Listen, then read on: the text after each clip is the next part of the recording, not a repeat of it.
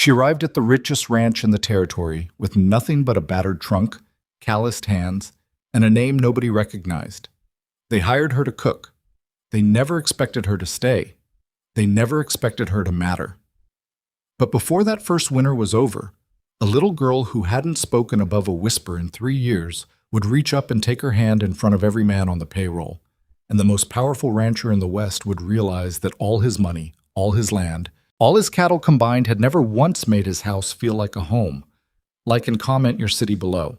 I want to see how far this story travels. The stagecoach that dropped Rowan Mercer at the Iron Wolf Gate didn't wait.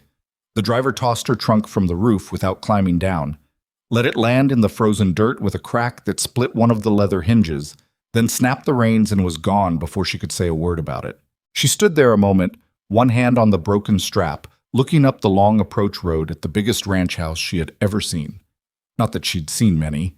She'd grown up on 40 acres of scrub pine and rocky soil outside of Caldwell, married a good man who died of a chest infection 2 days before their second anniversary, and spent the 8 months since working every job that would take her, laundress, seamstress, a week mucking stalls at a livery in Hargrave before the owner's wife decided she didn't want another woman on the property.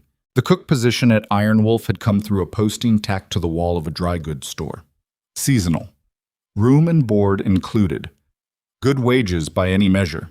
The posting had not mentioned that Iron Wolf Ranch was the largest cattle operation in the Harmon River Valley, that its owner, Gideon Cross, was the kind of man whose name other ranchers said carefully, as though too much familiarity might cost them something.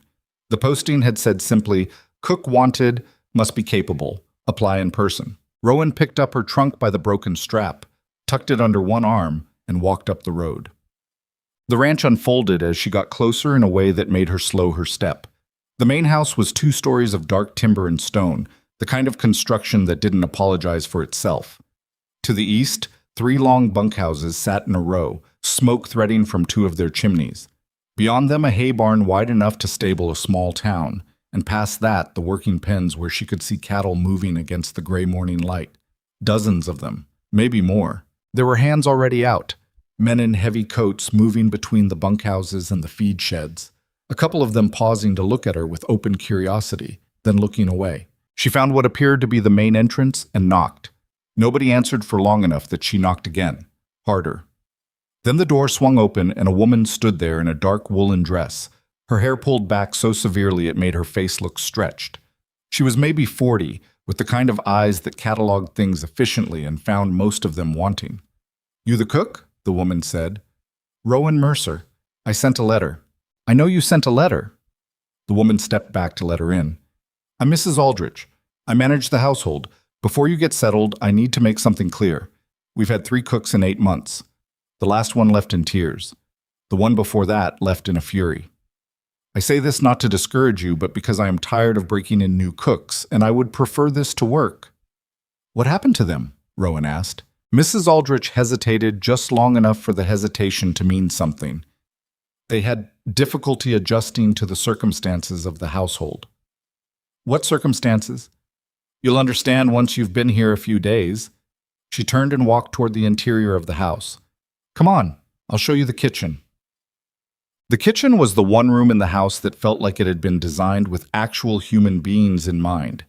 It was large, a working kitchen, not a decorative one, with a great iron stove along the north wall, a wide prep table down the center, and a row of windows looking out toward the eastern pens. The pots were good quality. The pantry was well stocked. Someone had cared about this room at some point. Rowan set her trunk down and ran her hand along the edge of the prep table. Solid. She opened the pantry door and looked at the shelves. Flour, salt, dried beans, smoked meat hanging from hooks, a shelf of preserved vegetables in mason jars. She looked at the jars more closely. Several of them had a faint bloom of mold beginning at the seals. She pulled one out and held it to the window light. "When were these put up?" she asked. "Last summer," Mrs. Aldrich said. "Some of these have gone bad. We'll need to go through them." Mrs. Aldrich's expression flickered. The previous cook said the same thing. "Did anyone go through them?" "No." Rowan set the bad jar on the counter. "Well, that's where we'll start then." There was a sound from somewhere deeper in the house.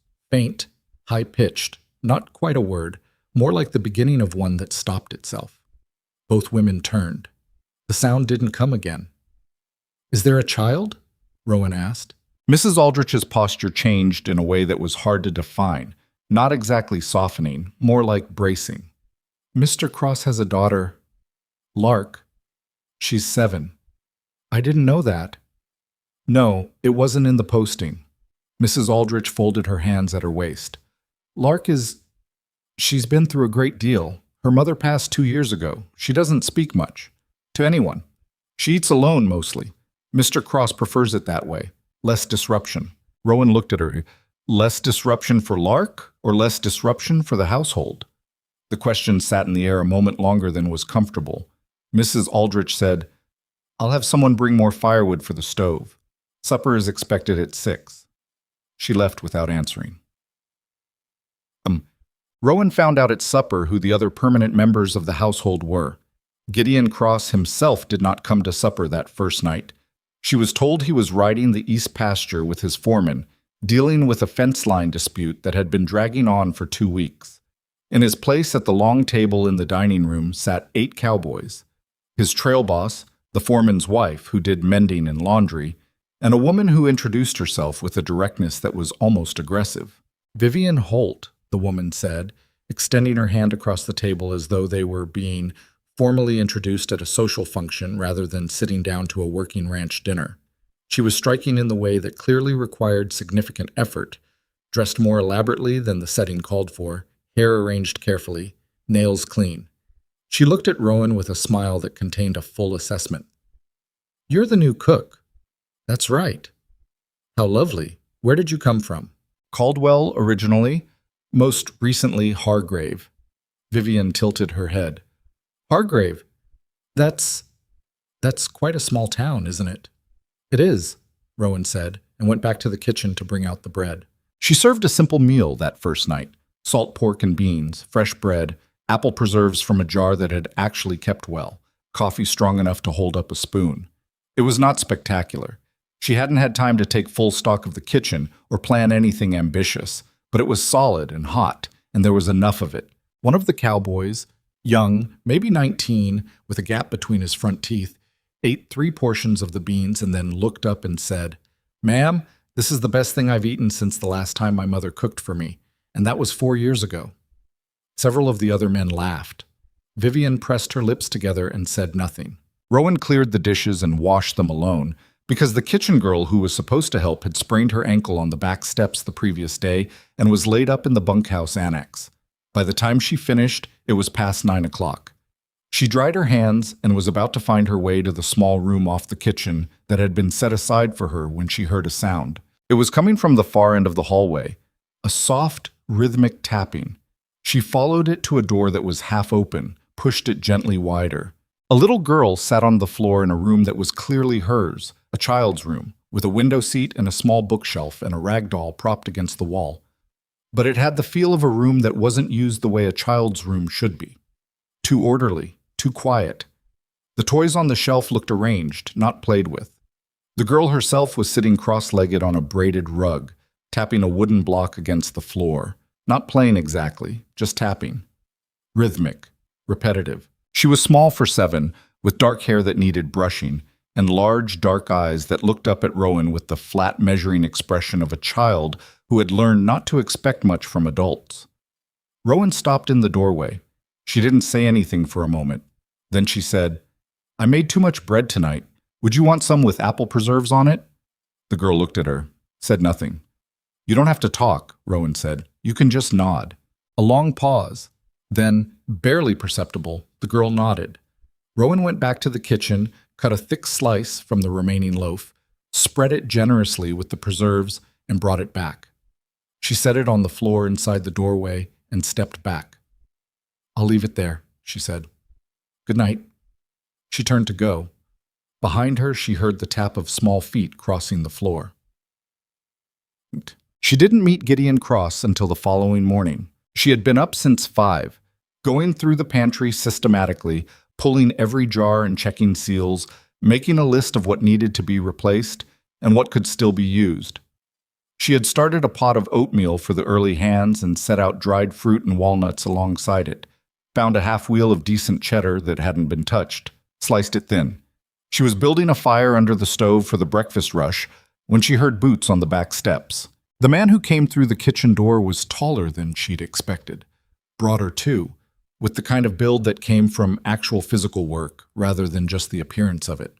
He was somewhere in his early 40s, she guessed, with a jaw that needed shaving and gray at his temples that didn't quite match the rest of his dark hair. He wore a working coat, canvas and sheepskin, trail-worn at the elbows. He stopped when he saw her. "You're the new cook," he said. Not unfriendly, just direct. "Rowan Mercer." He looked at the stove, at the pot, at the counter where she'd laid out the bread and cheese and the dried fruit. Something shifted in his expression. Not quite surprise, but close. "Harold worked this kitchen for 3 years and never touched the dried fruit," he said. "Harold was the last cook?" "The one before. Margaret was the last one." He poured himself coffee from the pot she'd set on the back of the stove, tasted it. "How long does a pot like this take you?" 20 minutes once the fire's going." Margaret made coffee in 40. It tasted like mud. He looked at her over the rim of the cup. "What happened to the bad preserves?" She pointed to the crate she'd set by the back door. 14 jars she'd pulled from the shelves, the seals compromised. "Those need to be disposed of. I made a list of what should be restocked." He looked at the crate. "Margaret didn't tell me about the preserves." "Maybe she didn't notice." He set the cup down. "Or maybe she didn't figure it was her concern." He said it without any particular weight to it, just observationally. "I'll have someone deal with the crate. What are the hands eating this morning?" "Oatmeal with dried fruit, bread and cheese. I'll put eggs on once the stove's hot enough to do them right." He nodded, picked up his coffee cup, started for the door that led into the main house, then stopped. "Did you meet my daughter last night?" The question had an edge under it that she couldn't quite place. She said carefully, "I brought her some bread. She was awake." A muscle moved in his jaw. "She's not. She keeps odd hours. Don't make a habit of giving her food outside mealtimes." It was the end of the evening. She hadn't been to dinner. "She doesn't eat at the table." "Why not?" He turned and looked at her, and the look was the kind that said nobody had asked him that question directly before, or if they had, it hadn't gone well. He said, "Because she doesn't like crowds." Rowan looked back at him steadily. 8 people is not a crowd. The silence that followed was the kind that could go 2 or 3 different directions. He held her gaze for a moment, assessing. She could feel it. And then he said, "Just cook, Miss Mercer," and walked out. She learned the rhythms of the ranch in her first week, the way she'd learned the rhythms of every job she'd ever held, by keeping her eyes open and her opinions mostly to herself and paying attention to what people did rather than what they said. Iron Wolf ran close to 300 head of cattle, not counting the calves coming in the spring. The winter crew was 22 men plus herself, Mrs. Aldrich, the laundress, and a young hand named Dewey who did odd jobs around the main house and could be persuaded to help carry things from the cellar if you caught him before noon. The Cowboys were a mixed group, a few older hands who had been with the ranch for years and had opinions about everything, a handful of younger men new to the territory, 2 brothers from somewhere in the eastern states who were still clearly surprised by the cold. Their trail boss was a weathered man named Hewitt, who had a bad hip and said less than anyone else on the property, but whose word, she gathered quickly, was the closest thing to law that the ranch operated by after Gideon himself. Vivian Holt was not part of the working crew. She was, as near as Rowan could determine, a permanent guest, the kind that had been there long enough that the question of when she was leaving had stopped being asked. She had her own room on the second floor, took her meals at the main table, and appeared to own more clothing than the rest of the household combined. She had money of her own, or the appearance of it, and she moved through the ranch with the proprietary ease of a woman who believed she was already mistress of the place and was simply waiting for the paperwork to confirm it. She was also, Rowan observed, the kind of person whose kindness was perfectly calibrated to the social utility of the person receiving it. To Gideon, she was charming, attentive, carefully flirtatious. To Hewitt and the senior hands, she was cordial in a distant way. To the younger cowboys, she barely registered. To Rowan, she was polite with a very thin edge of contempt under it, like fabric that looks fine until you hold it to the light. On Rowan's third day, Vivian came into the kitchen in the middle of the morning when Rowan was making pastry dough for the supper pies. "I wanted to ask," Vivian said, settling herself against the counter in a way that managed to be both casual and theatrical, "if you might be willing to set aside some of your kitchen time for something more refined. Gideon is expecting guests the week after next. A cattle baron named Whitmore and his wife, very prominent family, and I was thinking a proper dinner menu would reflect well on the household." Rowan worked the dough. "What kind of dinner menu?" "Something elevated. French, perhaps. Roasted duck. Proper sauces." She paused. "Do you know how to make proper sauces?" "I know how to make good food," Rowan said. Vivian's smile stayed perfectly in place. "Of course. I just want to make sure we're presenting the ranch in the right light when important people are present." Rowan looked up at her. "I'll make a dinner that won't embarrass anyone. Talk to Mr. Cross about what he wants specifically. He's the one paying for it." Something moved behind Vivian's eyes. Brief, sharp. The kind of look that disappears when someone is practiced at disappearing it. She said, "Of course," warmly, and left. Lark Cross ate breakfast at the main table for the first time on Rowan's 5th day at the ranch. Rowan had not pushed the point. She had simply, every evening for 4 days, brought a plate to the kitchen doorway that led to the hallway that led eventually to Lark's room, set it there quietly, and gone back to her work. She didn't knock. She didn't linger. The plates came back empty. On the 5th morning, she was making hotcakes on the griddle when she turned around to get the butter from the cold box and nearly ran directly into a small girl standing 3 feet behind her. Rowan managed not to drop anything. She said, "Good morning." Lark said nothing. She was wearing a nightgown under a wool coat that was clearly sized for someone bigger than her, probably an old one of her father's that she'd claimed at some point. And her dark hair was still uncombed, and she was looking at the griddle with an expression that was trying very hard to be neutral and was not quite succeeding. "Hotcakes," Rowan said. "You can watch if you want." Lark moved slightly closer. Rowan turned back to the griddle, poured another round onto the hot iron, watched the edges go from wet to dry. She talked while she cooked, low and even, not really about anything important. About the coldness of the morning, about a trick her own mother had shown her for getting the hotcakes to brown evenly, about a barn cat she'd spotted the previous evening sitting on the woodpile outside the kitchen door. Lark did not speak, but she also did not leave. When the first batch of hotcakes came off the griddle, Rowan put 2 on a plate, added butter, added a drizzle of sorghum from the tin on the shelf, and set the plate on the near end of the prep table. She pulled a stool over from the corner. She did not look at Lark directly when she did it. She just put the plate there and went back to making more. She heard the stool scrape. She heard the sound of a fork. She kept her face forward and kept cooking and let herself be quietly, thoroughly satisfied. When the first hands started coming in through the back for breakfast 20 minutes later, Lark was still on her stool. The Cowboys came in and found this small girl at the end of the prep table eating hotcakes with the focused attention of someone taking an examination, and to the credit of every rough, trail-worn man among them, not one of them made a big deal of it.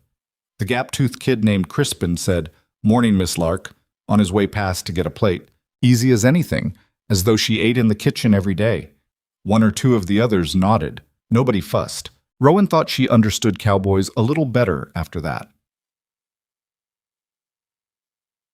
It was Gideon who made it complicated.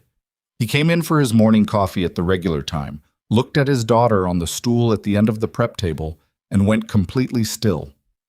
Rowan watched him from the corner of her eye while she worked.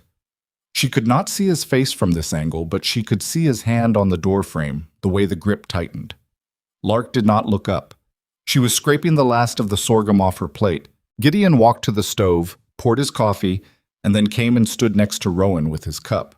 He said very quietly, so only she could hear it, "How did you get her in here?" "I didn't get her anywhere," Rowan said, keeping her voice the same. "She came on her own." He was quiet a moment, then, "She doesn't usually." "No," Rowan agreed, "but she did this morning." He looked at his daughter for a moment that was complicated. Too complicated for her to read all the way through from the outside. Then he said, still quiet, "Don't make her feel like she has to perform." "I haven't been." "I know," he said. "I can see that." And he took his coffee and went out. The first time Vivian Holt showed her full hand, it was over the matter of the Whitmore dinner. She came to Rowan on the Monday of the second week with a handwritten menu card. The menu was elaborate, 6 courses, French terminology throughout, ingredients that would need to be ordered from as far away as the territory capital. She set it on the prep table with a smile that was entirely too assured. "I spoke with Gideon," she said. "He thinks this is a lovely idea." Rowan picked up the menu card and read it. "This is 3 days of work." "Yes, well, for an important occasion. I'll need help, and these ingredients aren't in the pantry. Truffles aren't exactly a frontier staple." "I imagine you can improvise," Vivian said, still smiling. Rowan set the card down. "Did Gideon actually see this specific menu, or did you tell him you'd take care of the dinner and he said fine?" The smile shifted, just barely. "I don't know what you mean. I mean, I'll talk to him directly before I plan a dinner that takes resources I don't have." She said it without heat. "Not because I don't want to do a good dinner for his guests, but because I'm not going to commit to something I haven't actually been authorized to do." Vivian picked up the menu card. The pleasantness in her expression had a hard center now, visible. "You're just a cook, Miss Mercer." "I know," Rowan said, "and this is my kitchen." Eat that. She found Gideon in the barn, checking on a horse that had come up lame the previous day. He looked up when she came in, not surprised exactly, but alert. "The Whitmore dinner," she said. He waited. "Miss Holt brought me a menu, 6 courses, ingredients I don't have and would need to order from the capital. I want to know what you actually want." He was quiet for a moment, still with his hand on the horse's flank. "What did Vivian say I wanted?" "She said you thought it was a lovely idea." A pause. "The dinner needs to be good. Whitmore he matters to some business I have pending, but I'm not feeding him a 6-course French meal in a ranch house on the frontier. That would just look like I was trying too hard." "What would be better?" He seemed mildly surprised that she'd asked his opinion directly. "A good meal. Honest, the best version of what we actually have out here." "I can do that." "Good." He went back to the horse's leg. "Tell Vivian I said to let you plan it. It might go over better coming from you." He glanced up at her. There was something between amusement and irritation in his expression, the look of a man who knew he was being right about something and wasn't entirely happy about it. "Fine. I'll tell her." The Whitmore dinner happened on a Thursday in the middle of the month, and Rowan cooked for 11 hours straight. She made beef, the best cut from a steer Hewitt had processed specially, slow roasted with a dry rub she'd been working on since her first week, herbs from the dried bundles in the pantry mixed with fat and salt, and a careful hand with black pepper. Beside it, roasted root vegetables from the cellar, caramelized until they were almost sweet. Fresh bread.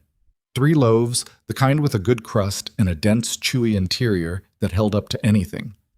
A bean soup to start, built from a ham bone and long-simmered stock, thick and deeply savory. And for dessert, a dried apple cake with a brown sugar crust that the kitchen still smelled of 12 hours later. Cornelius Whitmore was a big man in his 60s, red-faced and loud in the way of men who have been listened to their entire lives and had no reason to dial it back. His wife, Estelle, was quieter and sharper, with observant eyes. They arrived with 2 associates whose names Rowan didn't catch and who barely registered. She brought the soup out herself because Dewey was too anxious to carry a full tureen without incident, and she moved around the table serving it without calling attention to herself. But as she reached past Cornelius Whitmore with his bowl, he turned and looked at her. "You made this?" he said. "Yes, sir." He looked at the bowl, then back at her. "My wife's been trying to get a bean soup like this for 20 years. She'll want the recipe." "I'll write it down before you leave," Rowan said, and went back to the kitchen. Through the door, she could hear the dinner proceeding. Gideon talking business with the associates, Vivian doing what she did best, which was sparkle at the people who needed sparkling at, Mrs. Whitmore making careful conversation. When Rowan brought out the beef, Whitmore stopped mid-sentence. "Lord Almighty," he said, and immediately looked embarrassed for having said it. Later, when she was clearing the dessert plates, Whitmore pushed back his chair and said to Gideon, "Where did you find that cook?" "She applied in person," Gideon said. "Double what you're paying her," Whitmore said, "before someone else does."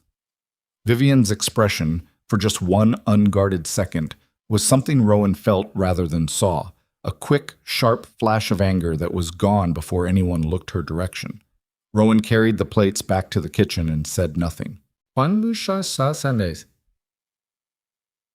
the moment that changed things, the moment Rowan would come back to later, turning it over the way you turn a stone to see what's underneath, happened not at the dinner table, but after, when the guests had retired to the sitting room and Rowan was washing the last of the heavy roasting pans. She heard a sound in the hallway near the kitchen door. She turned. Lark was standing there in her wool coat again, 3 hours past when she should have been in bed, looking at Rowan with an expression that had something new in it, something open, something that hadn't been there in that first encounter, or the second, or the third. "You're supposed to be asleep," Rowan said. Lark crossed the kitchen without being invited, climbed onto the stool at the end of the prep table without being asked, and sat there with her hands folded in her lap. Rowan turned back to the pan she was washing. "Late night for you," she said, conversationally, not making anything of it. And then Lark Cross, who, according to everyone in the household, hadn't spoken a full sentence to anyone in over a year, said in a small, careful voice, "The cake smelled good from upstairs." Rowan kept washing the pan. She did not turn around because she understood without having to think about it that the moment she made too much of this, it would collapse. She said, "There's a piece left if you want it." "Okay," Lark said. Rowan dried her hands, cut the last piece of cake, set it in front of the girl, and went back to the pans. They stayed in the kitchen like that, Rowan washing, Lark eating, until the piece of cake was gone, and the pans were clean, and the clock on the shelf read close to 10. "You should go to bed," Rowan said. Lark slid off the stool. She stood for a moment looking at Rowan in that measuring way she had. Then she said, "Will you be here tomorrow?" "I'll be here in the morning," Rowan said. "First thing." Lark nodded once and padded back out into the hallway. Rowan stood at the sink for a long moment after she was gone, looking at the dark window and the reflection of the kitchen light in it, at her own face looking back at her. Tired and not young and not beautiful by any formal measure, with flour dust still in her hair and soap on her wrists. The next morning, she thought, first thing. She blew out the kitchen lamp and went to bed. Bautak. The week settled into a rhythm after that. She cooked 3 meals a day for 22 men plus the household, which wasn't small work. She kept the pantry in order, managed the cold cellar, made a running list of what needed to be restocked before the worst of the winter hit and the roads in from town became difficult. She started a sourdough culture in a crock on the back of the stove, fed it every morning, used it for the bread she baked 3 times a week. One of the older hands, a man named Tully, who had been on the ranch for 11 years and had the steady, quiet authority of someone who had earned it through simple duration, told her she made the best bread he'd had since he was a boy. "What did your mother make?" she asked. "Sourdough," he said. "Same as this." He looked at the loaf on the table between them. "She put caraway seeds in it, though." "I can do that if you have them." He produced a small paper packet from the front pocket of his coat, creased and worn at the folds. "Had these for 2 years," he said. "Kept meaning to ask Harold." "But Harold didn't strike you as a caraway seeds kind of person," Rowan said. Tully looked at her with a flicker of something that was not quite a smile. "Harold didn't strike me as any kind of a person," he said. She made bread with caraway seeds that Friday and Tully sat with his slice for a long time without eating it, just looking at it. Some of the other older hands understood what was happening and were respectful about it. The younger ones, to their credit, mostly stayed quiet until he'd taken the first bite. That was the day Rowan began to understand that feeding people was not only about the food. Lark started appearing in the kitchen at irregular hours. Not every day, not on any predictable schedule, but with an increasing frequency that both Rowan and the Cowboys learned to take in stride. She rarely spoke, but she watched everything, and her watching had a quality to it that was intense and focused in a way that suggested a great deal was going on behind those quiet, dark eyes. Rowan never pushed. She narrated her work the way she had that first morning.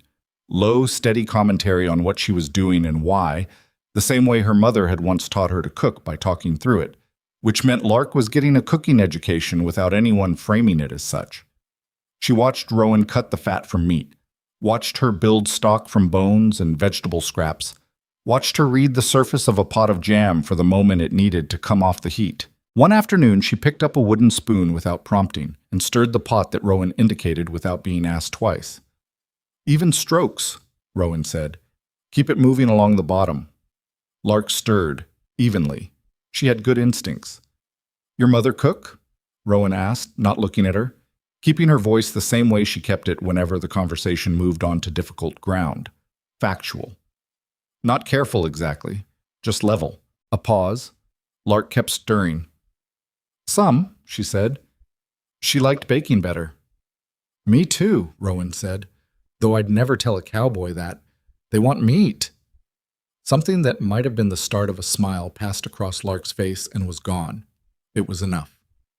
Gideon Cross watched all of this from a distance that was harder to read than anything else on the ranch. He was not, Rowan had determined, a cold man. He was a guarded one, which was different.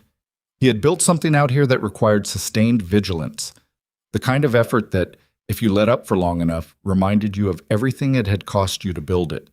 He ran his operation with precision and fair dealing and the kind of authority that didn't need to raise its voice, and the men respected him for it in the practical, earned way rather than the performed way. But there was a gap in him. She could see it in the way he looked at Lark sometimes, hungry and helpless at once, the look of someone who desperately wants to cross a distance and has talked himself out of it so many times the path is worn into the ground. He loved his daughter. That was obvious. He just had no idea, apparently, what to do with that love when the object of it had grown quiet and remote and seemed to need something he couldn't provide. He came to her twice that second week with questions that were not really about what they appeared to be about. The first time he asked about the sourdough culture, how long it took, whether it could fail, what the signs were that it had gone bad. She answered him directly and didn't make anything of the fact that he had no evident reason to want this information. The second time he stopped in the kitchen doorway at the end of an evening and said, "She talked to you today." It wasn't a question. He'd heard, or someone had told him. "A little," Rowan said. He leaned against the doorframe. He looked older in the evenings, she'd noticed, when the day's work was done and there was nothing left to be accomplished to fill the space. He said, "She used to talk all the time. Before." He didn't elaborate on before. He didn't need to. "I didn't know how to... after. I kept trying to do things right, and she'd just look at me." Rowan folded the dishcloth over the bar on the stove. "She's not looking at you like she's judging you," she said. "She's looking at you the way kids look at people when they're trying to figure out if it's safe." He said nothing for a moment. "Safe from what?" "From being left again," Rowan said, plain as she could make it. The silence that followed was heavy and still. He looked at the floor, then out the dark window, then at somewhere that was neither. Then he said, "Good night, Miss Mercer," and went upstairs. She heard him stop at the end of the upstairs hall, and then heard, faint and strange from the distance, the sound of a door opening and a low voice saying something she couldn't make out, and then a child's voice, clearer, one or two words. She took the lamp and went to her room off the kitchen and lay down in her coat because the room was cold and stared at the ceiling. First thing in the morning, she thought. Same as every morning. She fell asleep before she'd finished the thought. The caraway bread became a Thursday thing. Nobody declared it. Nobody made a rule. It just happened the way small traditions happen on a working ranch. Someone does something once, it works, and the absence of it the following week is felt without anyone saying so out loud. By the third Thursday, Tully was already setting his place at the near end of the table before Rowan had even taken the loaves out of the oven. And the two youngest hands, the brothers from back east, whose names were Ned and Prentice, had started timing their return from the morning feed to coincide with when the bread came out. They were not subtle about it. "You two are like barn cats at milking time," Hewitt told them one morning, not looking up from his coffee. Ned opened his mouth and Prentice nudged him quiet. They ate their bread. This was what the kitchen had become, not just a place to get fed, but the place where the day made sense for a few minutes before it demanded things from everybody again. Rowan had not set out to create that. She'd set out to do her job. But she'd learned from her mother, and her mother had learned from hers, that a kitchen run well was a kind of anchor for a household. And this household, this big, sprawling, complicated, money-heavy, emotionally threadbare household, had been running without an anchor for longer than anyone wanted to admit. She didn't think about it in those terms while she was doing it. She just cooked. She learned what each man liked and what he couldn't stand and what he would eat without complaint, even if it wasn't his preference, and she adjusted without making an announcement. Crispin, the gap-toothed kid, couldn't eat anything with too much fat. Not a squeamishness, something physical. She'd noticed him push the same cut of pork around his plate. 3 different meals before she figured it out and started trimming his cuts specifically. Old Tully drank his coffee without sugar, but always took a second cup, which meant the coffee had to be good enough to be worth a second cup, which set a standard for the whole pot. One of the other hands, a man named Deke, who said almost nothing and seemed to prefer it that way, had a burn scar on his right hand that gave him trouble with utensils in cold weather. So Rowan started making sure his meat was cut before it reached the table, done quietly enough that nobody had to notice. None of this was dramatic. It was just attention, which was maybe the rarest resource on a working cattle ranch in the dead of winter. Hewitt noticed. He noticed everything. That was his job, essentially, to see the whole machine and know what part was wearing thin before it broke.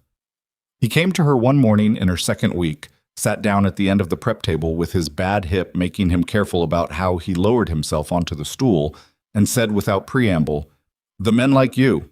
I feed them," Rowan said. "Harold fed them too." "Harold was feeding them bad preserves," she said. "That's fair." Hewitt wrapped both hands around his coffee cup.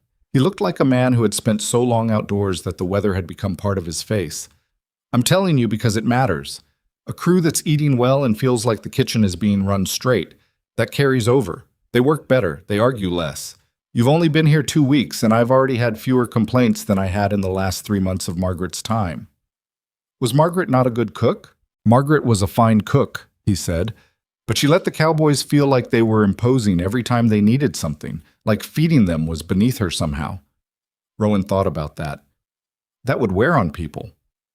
It wore on everybody. He finished his coffee, got himself upright with the careful effort of a man managing pain he'd had long enough to stop mentioning. "You're doing something right. I just wanted you to know somebody noticed." He left. She went back to the stove. "Boss schön schep, awesome." The thing with Vivian escalated slowly enough that Rowan almost missed it building. It didn't come through confrontation. Vivian was too practiced for that. It came through the kind of sustained low-grade interference that was easy to dismiss any individual instance of, but that, accumulated, added up to something deliberate. The kitchen girl who was supposed to help with dishwashing was increasingly pulled away for other tasks that Vivian had decided needed doing. Running messages to the bunkhouse, helping press a dress, fetching things from various parts of the house. The firewood that should have been delivered to the kitchen every morning started arriving late or not at all, so that Rowan found herself building a fire on cold mornings with half the wood she needed and had to compensate by working faster. A request she'd submitted through Mrs. Aldrich for replacement mason jars came back denied. Funds were needed elsewhere that week, she was told, which was strange given the evident prosperity of the household. Each of these things, taken alone, was small. Together they had the shape of a campaign. Rowan responded by not responding. Not directly, not in the way that would give the campaign what it was designed to provoke, which was a reaction that could be framed as the cook being difficult. She went around the missing firewood by stockpiling kindling in the corner of her room. She trained Lark, over the course of several kitchen afternoons, to help with the light dishwashing. Not as child labor, but as the continuation of the cooking lessons that had been happening organically, since washing up was part of cooking. And the mason jars she wrote directly to a supply merchant in the nearest town, framed as a household necessity, and handed the letter to Gideon directly when she saw him in the yard one morning. He read it. He looked at her. "This should have gone through Mrs. Aldrich." "It did," she said. It came back denied. A pause. Something moved across his face. "I'll deal with it," he said. The jars arrived on the next supply wagon. Mrs. Aldrich said nothing about it.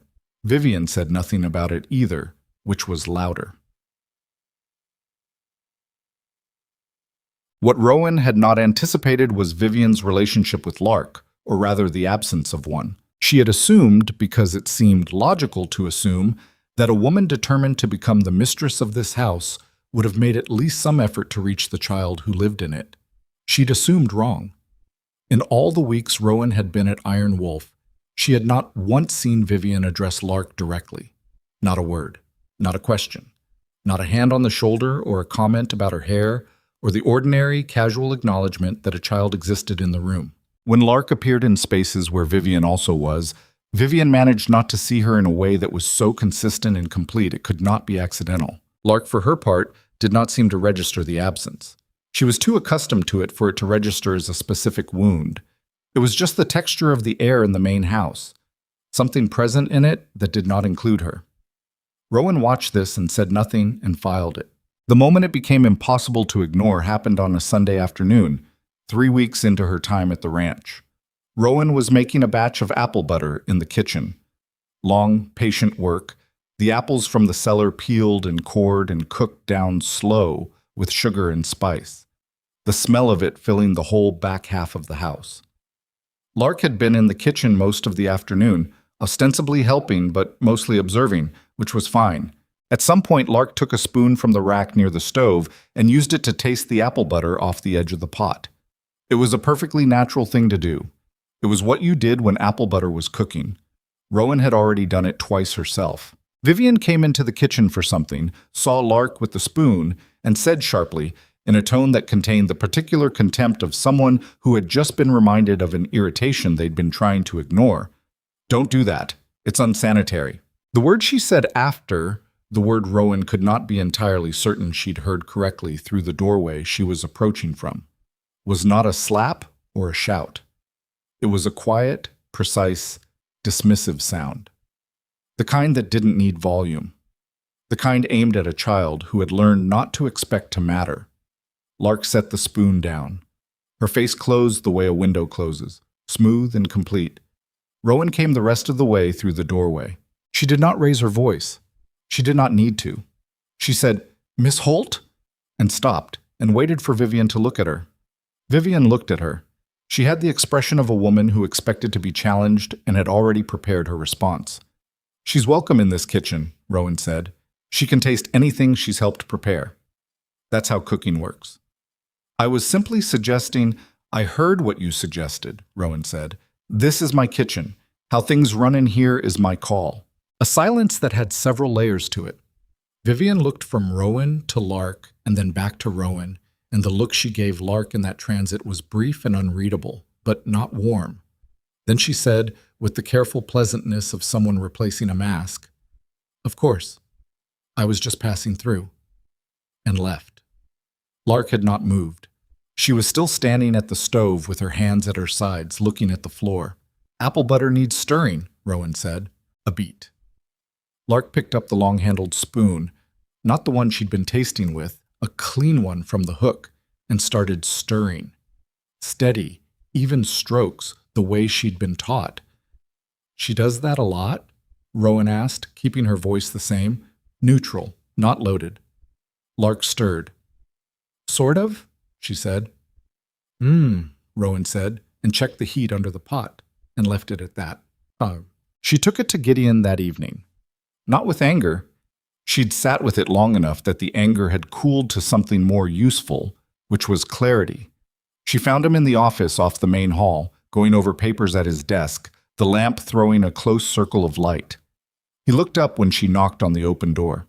"I need to talk to you about something," she said. He set his pen down. He had the look of a man who had learned to brace when someone said those words, because they never arrived bearing good news. "Sit down," he said. She sat.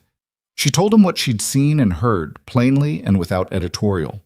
What Vivian had said, the tone it had been delivered in, the way Lark had responded. He listened without interrupting. His face during this was careful and still in the way it got when he was processing something he didn't want to be true. When she finished, he said, "That's not the first time something like that has happened." "I know," Rowan said.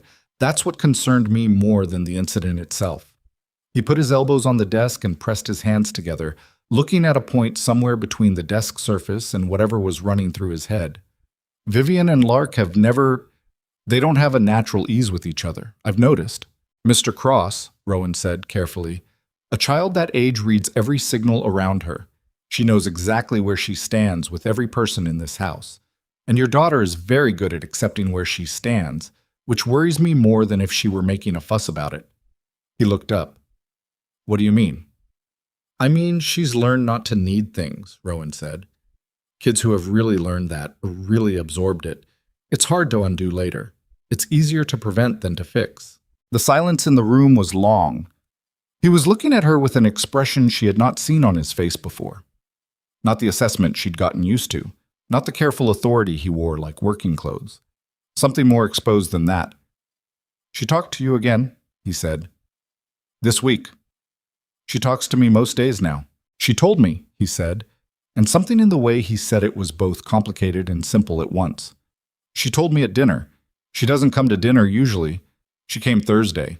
She sat down and she ate, and she told me the cook had been teaching her to make bread. He looked down at the desk. She told me that like it was the most ordinary thing in the world, like she talked to people every day. Rowan said nothing.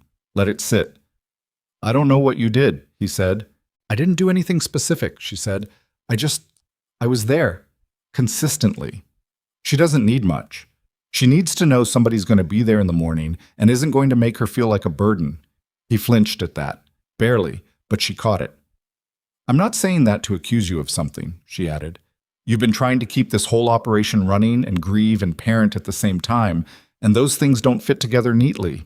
He looked at her for a moment in the lamplight. He said, You're plain spoken.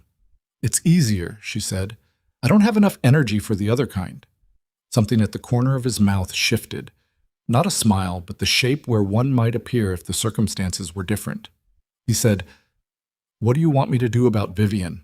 That's not my business, Rowan said. Your personal arrangements aren't my concern, but the way your household is run affects Lark, and I think you should know what you're looking at. She stood up. Good night, Mr. Cross. Good night, Miss Mercer. She was at the door when he said, She said you make the best bread she's ever had. Rowan paused.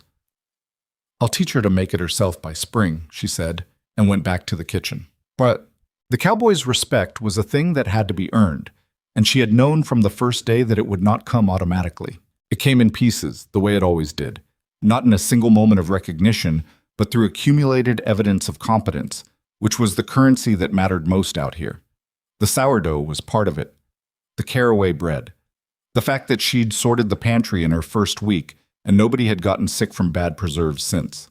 The dinner for Whitmore, which the hands had all heard about through Tully, who had a gift for rendering a story in the fewest possible words. But there were tests too, because there always were. The first came from a hand named Burl, who was 45, heavy-set, with a beard that had not been introduced to scissors in several seasons, and who had opinions about everything in the same loud, self-certain way of someone who had been on this ranch long enough to believe his tenure granted him authority. It did not actually grant him. He came to the kitchen one morning in the third week and told her the stew she'd made for supper the previous evening had been too thin. I like a thick stew, he said. Harold always made it thick. Harold also let the preserves go bad, Rowan said, not unkindly. If you want your stew thicker, I can do that. But the consistency last night was the right one for the cut of meat I was using. A tougher cut benefits from a longer cook in a thinner liquid. Burl looked at her. I'm just saying, I know what you're saying, she said. I heard you. If you'd like your portion served with a little extra flour worked in at the end, I can do that specifically for you, but I'm not going to cook the whole pot wrong because one man prefers it different. He stared at her for a moment. The stare of a man who was not accustomed to being answered back by anyone who cooked his food. Then he said, The last cook always made it thick. The last cook is not here, Rowan said, pleasant and final about it. He left. He came back that evening and ate 2 helpings of whatever she made without commentary. After that, he spoke to her with the specific respect a man develops for someone who has demonstrated they will not be moved around. The second test was more complicated. It came from the bunkhouse dynamic, specifically from a cold-running tension between 2 of the younger hands that had been building for weeks before Rowan arrived and that periodically broke the surface in ways that disrupted meals. The 2 in question were Crispin, the gap-toothed kid who had paid her the compliment on her first night, and a hand named Garrett, who was a year or 2 older, better looking in a way he clearly knew, and who had established early in the season that he intended to outrank Crispin in the bunkhouse hierarchy through the simple strategy of making Crispin feel small whenever an audience was available. At meals, this translated to comments, asides, a certain quality of laughter. Rowan had watched it for 2 weeks without saying anything, because it was not her business, and it was not in her kitchen. Then Garrett made a remark at the supper table about Crispin's family, something that was dressed as a joke but wasn't one. And Crispin's face went through 3 things in 2 seconds before he got it under control, and the thing it went through last was the flat, lightless look of someone who had absorbed too much and was running out of places to put it. Rowan carried the next dish out from the kitchen, set it down, and said, so casually it seemed unplanned, "Garrett, I need someone to move the flour sacks from the supply wagon to the cellar. That's about 40 sacks. Can you handle that tonight after supper?" Garrett blinked. That's not usually.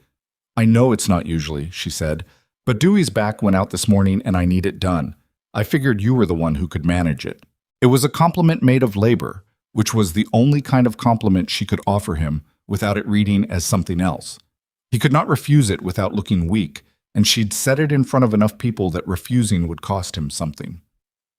He moved the flour sacks. It took him the better part of an hour and a half.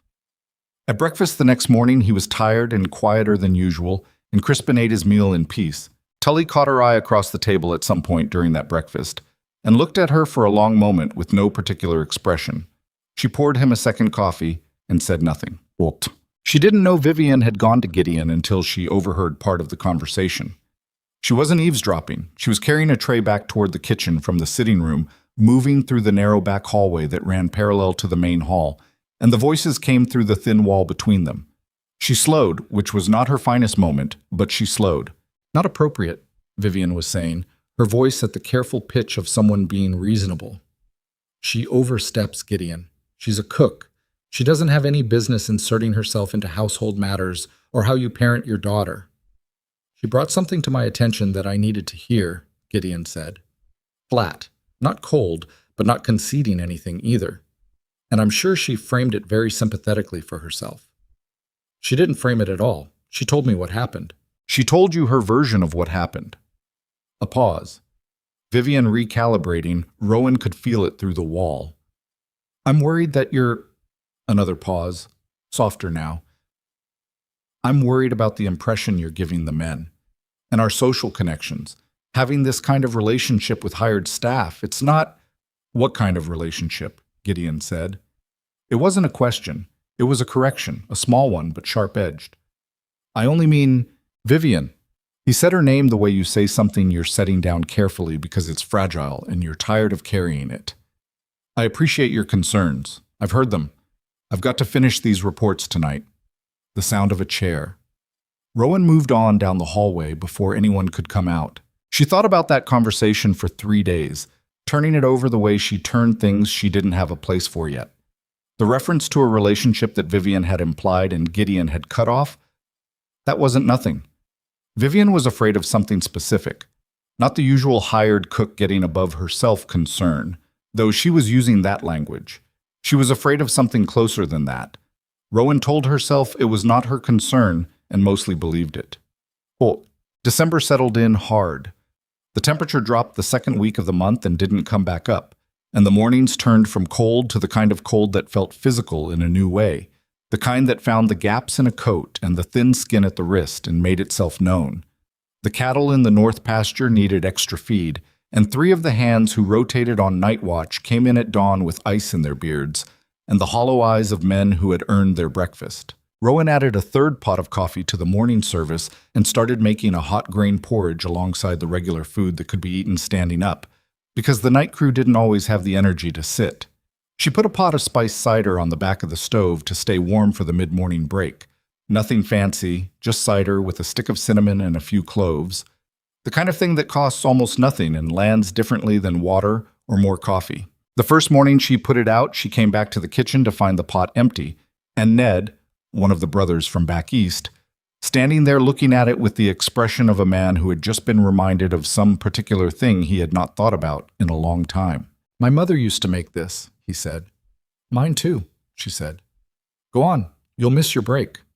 He went. He didn't say anything else about it. Neither did she. December was also when Lark started coming to Rowan's room. Not often, not every day, but on the nights that were especially quiet, The nights when the cold pressed in on all sides and the ranch settled into itself with the particular stillness of a place just barely holding against the weather. Rowan would hear small footsteps in the hallway, and then a soft knock at her door. And Lark would be there in her oversized coat, usually with a book. She did not say much on these visits. She sat on the chair by the small stove in Rowan's room and read, or sometimes just sat. And Rowan sat on the edge of her bed and mended things or wrote in the small notebook she'd kept for years, accounts, recipes, observations, the kind of notes that weren't for anyone else. It was companionable in the specific way of people who do not need to fill silence with words, and Rowan had not had that kind of company in a long time. One night Lark said, without looking up from her book, "Do you miss your husband?" Rowan looked up from the stocking she was darning. She said, "Yes, but it's gotten quieter." Lark turned a page. "What does that mean?" "At first it's loud," Rowan said, the missing. It takes up a lot of space. Later it gets smaller. It doesn't go away, but you can have other things around it." She paused. "Does that make sense?" Lark thought about it. "I think so," she said. "It was loud for me for a long time." "I know. It's still loud some days." "That's all right," Rowan said. "Some days it's allowed to be loud." Lark went back to her book. After a while her eyes got heavy and she fell asleep in the chair, small and angular in the oversized coat, her head tipped sideways against her own shoulder. Rowan put a blanket over her and blew the lamp down to its lowest setting and sat there for a while in the near dark, listening to the wind work at the corners of the house. She thought about her own small house, the one she'd shared with Daniel for 23 months, the way the wind had come at those corners too, and how she'd learned to track its moods the way you track the moods of a neighbor you can't exactly avoid. She thought about Daniel's hands and the smell of his coat and the way he used to say her name when he came in from outside, specifically the first syllable, the way he'd put weight on it like it was something valuable, Ro-Ann. She thought about all of it, and it was, as she told Lark, quieter than it had once been. In the morning, she woke Lark before the household was up, sent her back to her room with a piece of bread wrapped in cloth, and instructions to get an hour more sleep before breakfast. Lark went, still half asleep, navigating the hallway by instinct. Gideon was at the bottom of the stairs when Rowan came through to start the kitchen fire. He looked at her. He looked at the hallway Lark had just disappeared down. "She was reading in my room," Rowan said. "Fell asleep." "I hope that's all right." He was quiet for a moment. "Is it a problem for you?" "No," she said. "She's good company." He looked at her for a beat that was one beat longer than practical. Then he went to get his coat from the hook by the back door. She went to the kitchen and started the fire. It was Tully, eventually, who said to her what everyone on the ranch had apparently been thinking, but operating on the unspoken agreement that nobody would say. They were in the kitchen on a Wednesday afternoon, Rowan making pastry, Tully doing absolutely nothing that had any justification beyond the fact that he was comfortable and disinclined to move. He had taken to spending portions of his afternoons off in the kitchen in a way that was not entirely unlike what Lark did, which Rowan had decided to find endearing rather than inconvenient. He watched her work for a while and then said, "You know Vivian's not going anywhere." Rowan worked the butter into the flour with her fingertips. "That's not my business, Tully." "It will be," he said, "if things go the way she's planning." "What way is she planning?" "She's been after Gideon for a year and a half," he said. It was not gossip. He said it with the same factual tone he used for everything. "She came out here after the second cook left, some story about being an old family friend of his wife's, which is true far as I know, but staying a year and a half is not what old friends do." Rowan said nothing, kept working. "She's got money of her own, some of it, but not Iron Wolf money. And Gideon's—" Tully shifted on his stool, worked something out. "He's not blind to what she wants. He searched for it. He's comfortable with it, with her being here. It's easier than whatever the alternative is." "Men do sometimes marry for ease," Rowan said. "She'd manage this house the way she'd manage a business account," Tully said. "She'd run it sharp and clean and completely wrong." He paused. "Lark would have nobody." Rowan stopped working. She looked at him. He looked back at her, steady as he always was. "You're telling me this for what reason, Tully?" she said. He was quiet for a moment. Then, "Because you've been here 6 weeks and that child laughed in this kitchen last Friday. I heard it from the barn. I haven't heard that child laugh in 2 years. He looked out the window. I'm not telling you what to do. I'm not saying anything past that. He stopped. I'm just an old man who has opinions. You are, Rowan said, and I appreciate them. She went back to the pastry. He sat there a while longer and then took himself back outside, and neither of them said anything more about it. But she stood at the prep table after he was gone and looked at her hands in the flour and felt something uncomfortable moving around behind her sternum, the kind of discomfort that comes not from something bad, but from something you've been trying not to look at directly, that has decided it's been patient long enough. She thought about Gideon's face in the lamplight of his office. She thought about his hands on the doorframe the morning he'd seen Lark in the kitchen. She thought about the way he'd said she told me, about the bread, about Rowan teaching her, with that particular weight in it. She thought about Daniel, about the quietness she'd described to Lark. She pressed the heels of her hands into the dough and worked it the way it needed to be worked, firmly, steadily, without sentiment. And she told herself she was a cook on a seasonal contract at a rich man's ranch, and she had one job, and that job was the kitchen, and she had better keep her head in the place it was supposed to be. The dough came out right. It usually did, when she paid attention. She put the pies in the oven and washed her hands and went to get wood for the stove, and the cold outside the kitchen door hit her face like something decided, and the sky above the barn roof was the hard, colorless white of weather building. Snow coming, she thought. Something in the quality of the air. She gathered the wood and went back inside. The snow she'd sensed in the air that Wednesday afternoon arrived on Friday and did not stop. It started the way the worst storms always started out here, quietly, almost politely, a few inches overnight that made the morning look clean and manageable. The hands went out for the regular feed run, came back stomping their boots, said it was cold but nothing they hadn't seen. By noon the sky had the look Hewitt described later as a held breath.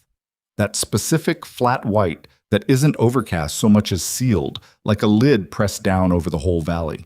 By 3 in the afternoon the wind had found its direction and committed to it, and by nightfall Iron Wolf Ranch had disappeared inside itself. Rowan knew they were in trouble when Hewitt came to the kitchen at 6 o'clock instead of the bunkhouse, which was where he took his supper when weather kept him close to operations.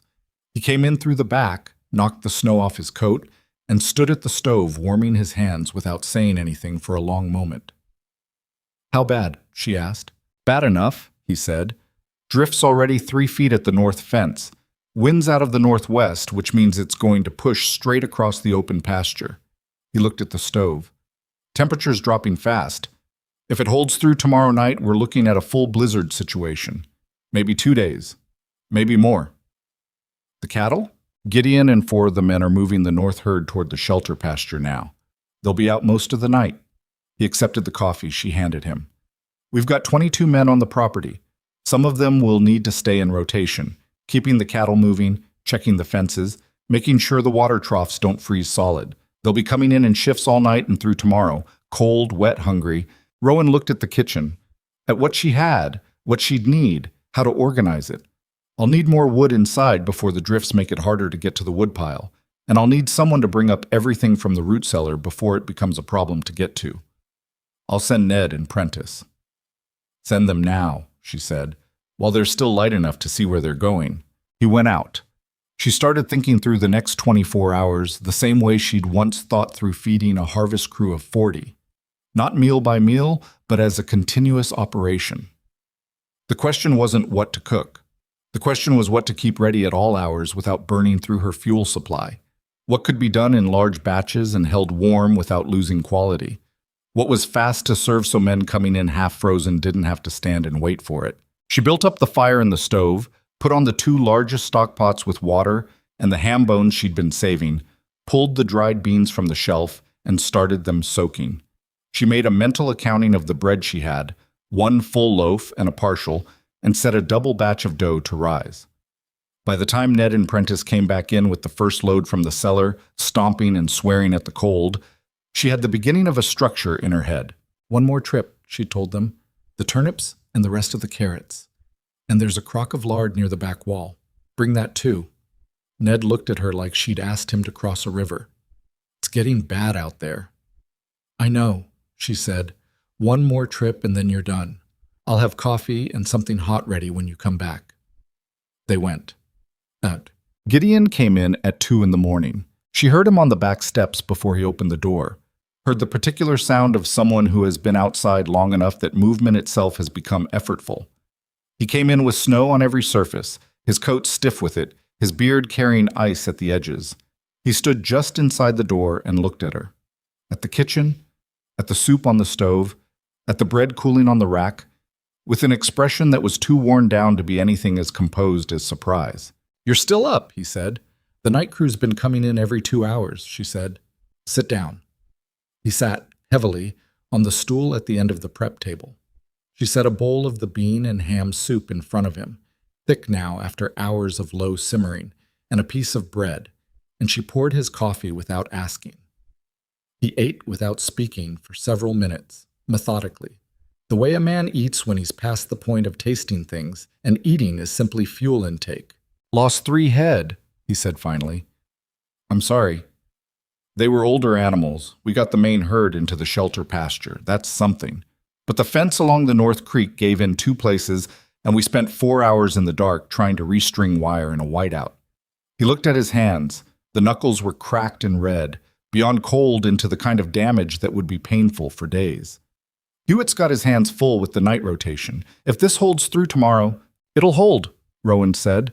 "Probably another day past that." He looked at her. "How do you know?" "The way it smells," she said. "I know that sounds like nothing, but my father used to say you could read a storm by the smell of it. This one smells like it's settling in." He didn't dismiss it. He said, "What do you have in the kitchen for the next 2 days?" "Enough. If I'm careful with the flour, and we don't lose heat in here." She looked at the stove. "I'm most worried about the firewood. If the drifts get past the woodpile before morning, getting to it becomes a real problem." He thought about that. "I'll send 2 men out at first light to move what they can closer to the house. And the animals in the small barn, the chickens and the milk cow. Someone needs to check on them. Already assigned." He finished the soup, pushed the bowl back. "Is Lark? She was in her room when I checked 2 hours ago. She's all right. Mrs. Aldrich is with her." Something released slightly in his face. He picked up his coffee cup. "You've been doing this all night." "It's my job," she said. "Most people would call it their job and stop there," he said. "This is more than—" He stopped, seemed to decide the sentence wasn't going where he intended it. "Thank you," he said instead, plain and direct. "The men they're doing better because this kitchen is running." She nodded. She did not make a production of it. "Go sleep for a few hours if you can. You're not going to be useful to anyone by tomorrow afternoon if you don't." He looked at her for a moment, the kind of look that has something in it that neither person is ready to name. Then he said goodnight and went upstairs, and she listened to the storm work at the house and turned back to the stove. The second day was harder. The wind had teeth in it now, the kind that found every gap in every structure and made itself known. The temperature dropped another 15 degrees by mid-morning, which meant the men coming off rotation were arriving with a new quality of cold on them. Not just surface cold, but the kind that had gotten into the joints, in the chest, and didn't release just from standing near a fire. Rowan kept the kitchen at a controlled heat, not blasting warm because that was actually worse for men coming in from extreme cold, but steady and sustained. She modified her system through the night and into the second day based on what she observed. The soup stayed on the stove constantly, but she started keeping a second, smaller pot with a thin broth, easier on a stomach that had been clenched against the cold for hours. She added fat to everything she served, because fat was what the body burned fastest against extreme temperatures. She made sure every man who came in drank something hot before he ate solid food, because she'd seen 2 of the younger hands she'd have guessed were tougher than they looked, come in shaking so hard they couldn't manage a spoon. Crispin came in at noon on the second day walking differently than he should have been. He was trying not to show it, that particular masculine attempt to walk normally through something that isn't allowing normal walking. But she saw it the moment he came through the door. His right hand was tucked under his left arm, and he was moving it as little as possible. "Let me see your hand," she said. "It's fine," he said. Classic. Crispin. He brought the hand out from under his arm. The fingers were a color they should not have been, not the angry red of regular cold damage, but a white gray at the tips that was quiet in the wrong way. She took his hand in both of hers and felt for temperature. The tips of his index and middle finger had almost no sensation. She could tell from the way he didn't react to her pressing on them. "How long have they been like this?" she asked. "Since about an hour out," he said. "It was the wire work. Had to take the glove off for the wire." She did not waste time being angry at him for working an hour with compromised fingers, because that conversation was for later, and what mattered now was the fingers. She brought him to the stove, not close, not directly onto the heat, and she put his hand in a basin of water that was cool but not cold, the temperature you'd use for a baby's bath, and she held it there while he sat and tried not to make noise about the pain that started coming as the circulation began working again, which was actually a good sign but not a comfortable one. "Ow," he said with some feeling. "I know," she said. "Keep it in there." "It's burning." "Yes, that means it's working. If it didn't burn, you'd be in worse trouble." She kept his hand in the basin and looked at the color of the fingers, watching for the change. "What temperature do you think it is out there right now?" He laughed despite himself, a short, pained sound. "Cold enough that I owe you an apology for every complaint I ever made about your soup being too hot." "I'll add it to the list," she said. The color came back slowly. 10 minutes, 15. The gray-white giving way to red, then to a more normal flush.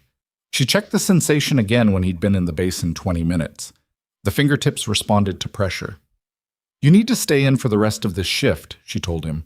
Hewitt needs men with working hands more than he needs men who've lost fingers," she said. "I'll talk to him. You're done outside for today." He looked at her. Stubborn, tired, the look of someone who knew she was right and didn't want to admit it was a near thing. "They're all right?" "They're going to be fine," she said, "but it was close. Another hour and we'd be having a different conversation." She let him warm up in the kitchen, gave him food, and made him drink 2 full cups of the thin broth before she'd let him have the solid soup. While he was eating, she went to find Hewitt and told him what had happened. Hewitt listened with his face doing the thing it did when he was recalculating, reassigning the rotation in his head, working out who could cover Crispin's shift without overextending someone already pushed. "The young ones don't know what they don't feel yet," Hewitt said. "Make sure everyone out there has a way to check on each other's hands," she said. "It sneaks up on you." He nodded and went back out, and she went back to the kitchen, and the storm pressed on. Cornelius Whitmore arrived on the second afternoon. Or rather, he did not arrive so much as become revealed, because he had in fact been at Iron Wolf for 2 days already, having ridden out from town the day before the storm hit and been present through all of it. Rowan had not known this. She had been so consumed by the operational reality of feeding and warming 22 men through a blizzard that she had not taken stock of who else was in the house. He appeared in the kitchen doorway at around 4 o'clock, big and red-faced as she remembered him, but carrying something different in his expression now than he'd had at that dinner table 2 weeks prior. He stood in the doorway and looked at the kitchen, at the organized intensity of it, the 2 stock pots, the bread cycle she'd maintained through the night, the basin she'd used for Crispin's hand still on the counter, the list on the wall she'd written in pencil to track who'd been in and when, and what they'd eaten and whether they'd shown any signs of cold injury. "Mrs. Mercer," he said. "Mr. Whitmore, I didn't know you were still here." "Been writing it out in the East guest room," he said. He came into the kitchen with the slightly careful manner of a large man in a space where things were organized to a purpose he didn't want to disrupt. "I've been watching what's been coming through this kitchen for the past 20 hours. He looked at the list on the wall. "Did you make that?" "I needed to track the rotations, make sure nobody was falling through." He looked at it for a long moment. Then he turned to her with an expression she didn't know how to classify at first, something weighty and quiet that didn't match the big, loud social personality she'd cataloged him as. "My wife's name was Margaret Hale before she married me," he said. "Margaret Claire Hale. She came from a family outside of Ferris County. Small family, just her father and an older brother. Her mother died when she was 9. He paused. "She told me once about a woman who helped them after her mother passed. A neighbor woman who didn't have much herself but who came every day that first winter and cooked for them and kept the household running. She said that woman saved them. Saved the family from coming apart." He looked at Rowan steadily. "She told me that woman's name was Clara Hale, no relation, and that she had a daughter around Margaret's age, dark-haired girl." Rowan was quiet. She was not sure where this was going. "You have your mother's look," Whitmore said. about the eyes and the way you work. Margaret pointed it out at dinner 2 weeks ago. She said it when we got back to the room that night. She said, Shame, Cornelius, that cook has Clara Hale's eyes. He sat down on the stool at the end of the prep table, the stool that had become Lark's and Tully's and now apparently also Whitmore's. Your mother was a good woman. What she did for that family, it mattered more than she ever probably knew, Rowan said, after a moment. She never talked about it much. She didn't think of it as anything beyond what you do for neighbors. No, Whitmore said. That's the kind of person she was. He looked at the stove, then back at her. I want you to understand something, Mrs. Mercer. What I've watched you do in this kitchen these past 20 hours, that's not a seasonal cook doing a job. That's someone who knows what's required and does it without being asked and doesn't make a show of it. He was quiet for a moment.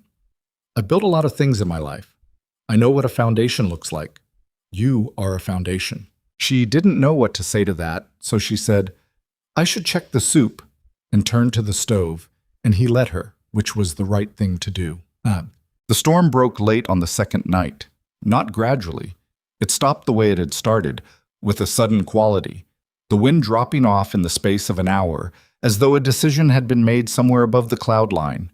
By midnight, the silence outside was so complete after 2 days of noise that several of the hands woke up from it, unused to quiet. Rowan knew it was over when she stepped out the kitchen door at 12:30 for the first time in hours, and the cold was still but not driving, and above the barn the sky had cracked open in one place to show a strip of stars. She stood there for a moment breathing the still air.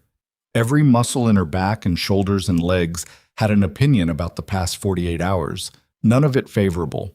Her hands were chapped raw from the constant washing and working. She had slept in 4-hour intervals on the cot she'd moved into the kitchen corner, always with one ear tracking the sounds of the house and the yard. She thought about Daniel the way she did sometimes in the still moments, not with the sharp grief anymore, more with the companionable absence of someone who had been part of how you process things and was no longer there to do that. She thought he would have worked the storm alongside her. He had been that kind of man, not spectacular, not large in any obvious way, but reliably present in the moments that required it. She had not yet met many people who were that in the way he was. She went back inside. The morning after the storm cleared was a different kind of morning. The light that came in was the hard, specific brightness of sunlight on fresh snow, flat and brilliant and somehow demanding, the world made strange and simplified by all that white. The men who came in for breakfast had the particular exhaustion mixed with relief of people who had been through something and come out the other side with all their parts attached. They ate more than usual and they talked more than usual, in the loose, voluble way of people whose tension has released all at once. Crispin came in and held up his right hand to show Rowan his fingers, all 5 of them pink and functional. See? He said. I see, she said. Don't do that again. Yes, ma'am, he said, with the easy compliance of a man who had decided that particular lesson was one he believed. She had expected, when the crisis was over, to feel the release of it, the way you feel when something demanding stops demanding. Instead, she felt oddly suspended, like the breath after a long-held note. She cleaned the kitchen with the systematic thoroughness of someone putting a tool back in order for the next use, went through what had been consumed and what remained, made a list of what needed to be restocked from town once the roads were passable. Gideon came to the kitchen mid-morning. He looked better than he had at 2 a.m. 2 days ago. He'd slept, she could tell, and there was color back in his face, though the cracked knuckles were still visible. He came in and sat down at the prep table without preamble or pretense, and she poured him coffee and let him be. Whitmore talked to me this morning, he said. She said nothing, waited. He told me about your mother, about what she did for his wife's family. He looked at his coffee cup. I didn't know. It was a long time ago, she said. He said something else. He looked up. He said, and I'm going to say it the way he said it because I think the plain version is the right version. He said, Gideon, that woman ran your emergency operation better than any foreman I've seen run one, and she did it in a kitchen with soup pots and bread, and she kept every man on your payroll fed and warm and accounted for. You need to figure out what she's worth to you before someone else does. Rowan was quiet. He's not wrong, Gideon said. I watched what you did these past 2 days. or as much of it as I could from out in the field. He paused. I watched you with Crispin's hand. Hewitt told me about it. Told me if you hadn't pulled him inside when you did, there was a real chance he'd have lost the use of those fingers. It wasn't that dramatic, she said. Hewitt said it was that dramatic, Gideon said. She didn't argue with Hewitt's assessment because Hewitt was probably right. I want to make your position permanent, he said. Not seasonal, year-round, with wages that reflect what you actually do here, not just what the job is called. He looked at her steadily. I'd like you to stay. The kitchen was quiet except for the stove. Outside she could hear men beginning the work of assessing storm damage, voices carrying in the cold, still air. She said, Can I think about it? He blinked, which told her he had not expected that answer. Of course, he said. She nodded. He took his coffee and went out. She stood at the prep table for a long moment, looking at nothing in particular. She thought about Tully's face when she'd put the caraway bread on the table. She thought about Lark asleep in the chair in her room with a blanket over her coat. She thought about Crispin's fingers going from gray-white to pink in the basin, the look on his face when he'd understood how close it had been. She thought about Whitmore saying you are a foundation in the plain, certain way of a man who did not deal in flattery. She thought about Vivian Holt, who was still in this house and had not offered to do a single thing during 2 days of blizzard emergency, had in fact been mostly invisible. Taking her meals in her room with a headache she'd reported to Mrs. Aldrich on the first day of the storm and not emerged from since. That was not a judgment. People managed fear differently, but it was a data point. She thought about Gideon's face at 2 a.m, when he'd come in from the field and looked at the kitchen and looked at her with the specific look of someone who has been outside in the dark for a long time and come in to find a light. The thing she was not going to do was pretend she didn't understand exactly what staying would mean. Not just the wage and the permanence and the kitchen running well through all 4 seasons. She was not that naive, and she was not going to insult her own intelligence by framing it purely as an employment decision. She understood what Tully had meant, and what Whitmore had meant, and what Gideon's face had said at 2 a.m. The question was whether she was ready for it to mean that. Whether the quiet that had settled around Daniel's memory was quiet enough.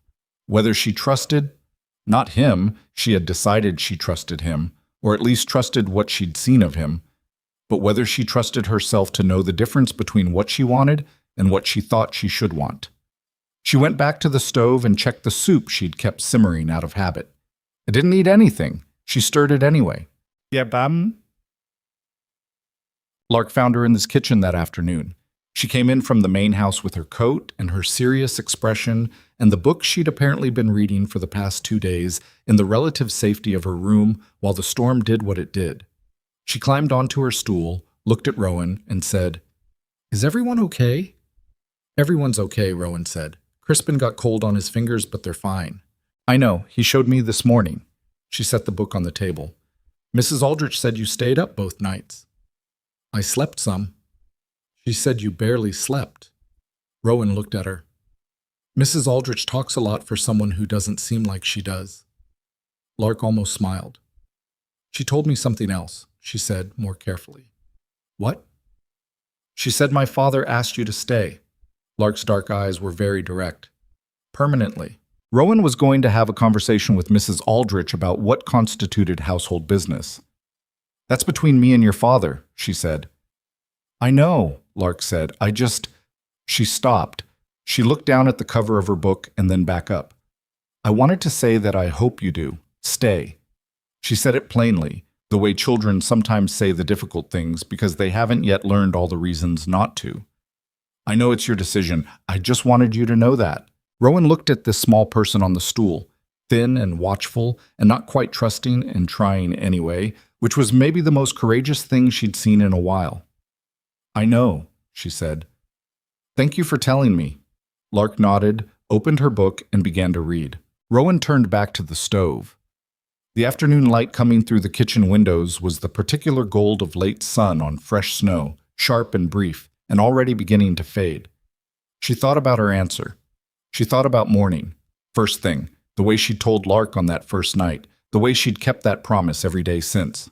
Outside, one of the hands called something to another across the yard, and the answer came back clear and easy in the still air, and somewhere in the distance a crow made its ragged sound over the white fields, and the kitchen smelled of soup and bread and wood smoke. She thought she probably knew what her answer was. She gave him her answer the next morning. She found him in the yard before breakfast, checking on the fence repairs with Hewitt, both of them standing in the hard post-storm light, looking at a section of split rail that hadn't survived the drifts. She walked out to them in her coat with her hands in her pockets and waited until there was a natural pause in the conversation, and then she said, "Mr. Cross, I'll stay." Gideon looked at her. Hewitt looked somewhere else with the experienced discretion of a man who had been around long enough to know when to be elsewhere without actually leaving. "Good," Gideon said. Just that word. But the way he said it had more in it than the word itself contained, and she heard the difference and let it stand without comment. "I'll need to talk to you about the kitchen budget for spring," she said. "The root cellar needs restocking, and there are some things I'd like to put up before the warm weather gets here." "Come find me this evening," he said. She went back inside. Hewitt said something she didn't catch, and Gideon said something back, and she heard Hewitt's low sound that was the closest he got to a laugh. She did not look back to see what the expression on Gideon's face was. She had a breakfast to make. The weeks between the blizzard and Christmas moved differently than the weeks before it. Something had shifted in the house. Not dramatically, not in any way that could be pointed to directly, but in the way the temperature of a room shifts when someone opens a door to sunlight. The kitchen had always been the center of it, but now the warmth that lived in the kitchen seemed to travel further into the house than it had before, reaching rooms and hallways and corners that had been operating at a different temperature for a long time. Lark came to meals at the main table 4 times a week now, which was not every meal, but was more than anyone had expected 2 months prior. She still had days when she took her food to her room and her father didn't push it, because Rowan had talked to him about the difference between encouraging and demanding. And he was, she had learned, a man who could take a clear point and apply it without needing to be told twice. Those days he would sometimes stop by the kitchen in the evening and ask, without making it a thing, whether Lark had eaten well. Rowan would tell him yes or offer some observation. She'd tried the new jam, she'd asked about the bread recipe, she'd eaten 2 portions, which meant the soup was right. And he would nod with the expression of someone receiving a field report that actually mattered. The Cowboys had noticed the change in Lark the way they noticed most things, by registering it without making a production of it. Crispin had taken to greeting her at breakfast with a very brief, very normal, "Morning, Miss Lark," every single time he saw her, regardless of whether she responded, because he had apparently figured out that consistency was the currency she responded to. It was a kind thing, and Rowan noticed it. Tully had done something that quietly moved her more than she expected. He'd brought a small carved wooden horse from somewhere, his own room, she suspected, though she never asked, and left it on the prep table one morning with no note and no explanation. When Lark came into the kitchen that afternoon and found it, she picked it up and turned it over in her hands and looked at it for a long time. She set it on the windowsill above the kitchen sink where the light hit it in the afternoon.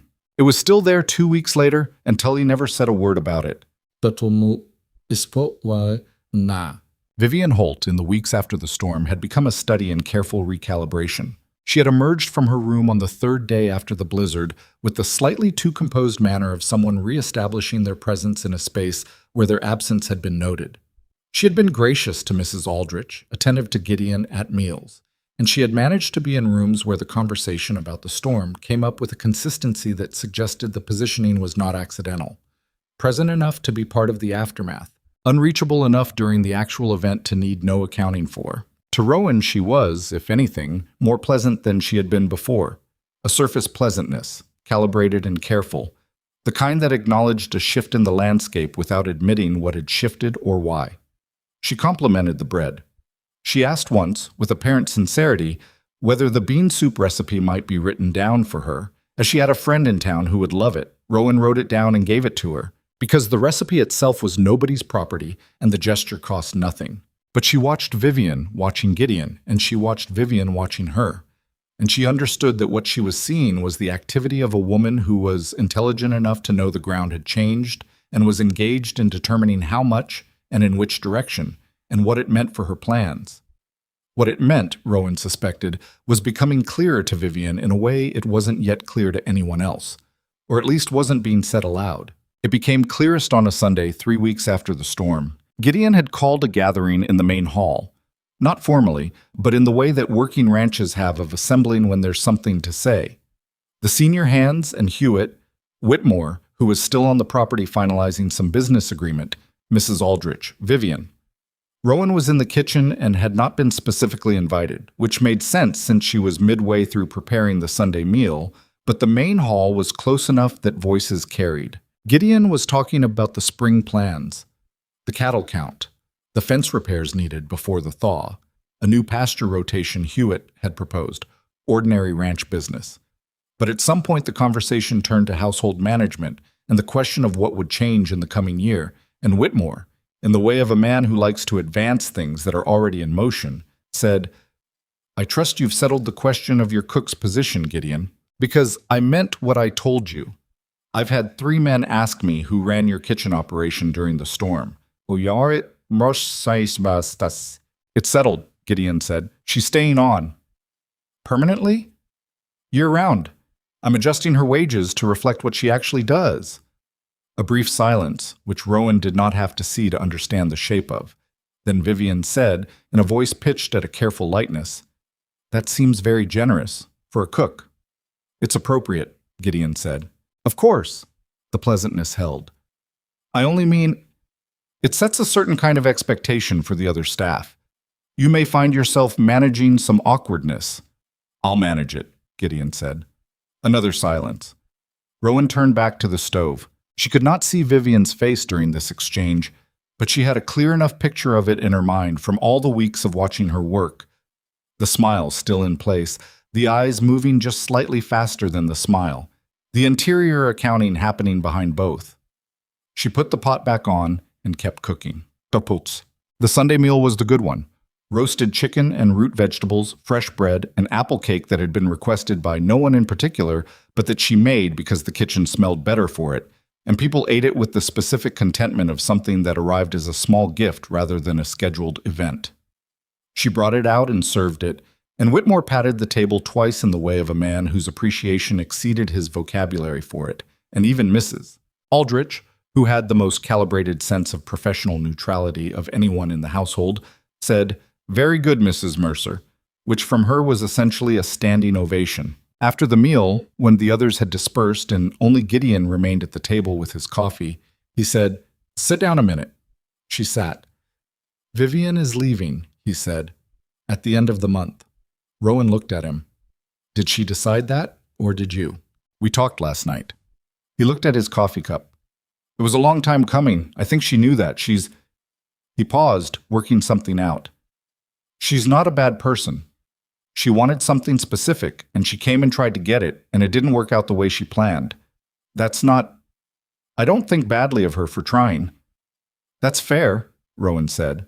"I think she knew before I did that things had changed," he said, "since you came." He said the last 3 words plainly, without overlay, which was his way. Direct when he'd made up his mind to be direct, which she had come to recognize took him some time to arrive at, but once he was there, he didn't retreat. "She's not someone who likes to lose a contest she entered, but she's also practical enough to know when she has." Rowan said, "It wasn't a contest." "No," he said. "It wasn't." He looked at her. "That was part of the problem for her, I think. It's easier to lose to someone who's trying to beat you." She understood what he meant and didn't say so, because some things were more useful as silences. He turned his coffee cup in his hands. He had a habit of doing that when he was working up to something. She'd noticed it in the office that first time, and in various conversations since. She waited. "I know the position I'm offering you isn't... It's a kitchen position," he said. "And I know that you're..." He stopped. Started over. "You've been widowed not quite a year, and I don't want to..." He stopped again. "Mr. Cross," she said with patience. "Gideon," he said. A small pause. "Gideon," she said.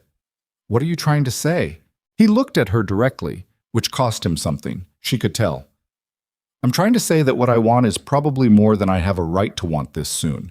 And I don't know the right way to say that without it sounding like I'm making assumptions." She was quiet for a moment, looking at this man who ran 300 head of cattle and commanded the respect of every rancher in the valley, and apparently had approximately the same difficulty with this particular kind of honesty as every other person she had ever met. "You're not making assumptions," she said carefully, "but you're right that it's soon." "I know. And I'm not," she found the words, "I'm not someone who does things quickly when they matter. I need time to do them right." He nodded. "I know that too." He set the coffee cup down. "I'm not asking for anything specific. I'm asking—" He looked at her. "I'm asking whether there's a door open or whether there isn't. That's all." She held that for a moment. The kitchen sounds came through from the other room, someone putting dishes away, the stove settling. Outside, one of the horses made a sound in the barn, then stopped. "There's a door open," she said. He held her gaze for a beat. Then he nodded once, the way he received most information that mattered to him. Without theater, without performance, but with a quality of attention that told you it had landed exactly where it was aimed. "Good," he said, and picked up his coffee. January brought Whitmore's departure and a quiet that was different from the quiet before the storm.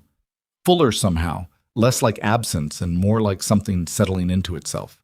The ranch ran its winter routines, the men rotated on the cold weather chores, and the kitchen ran the way Rowan had organized it, which was the way that worked. She and Gideon found a rhythm in those weeks that neither of them named, but both of them operated inside.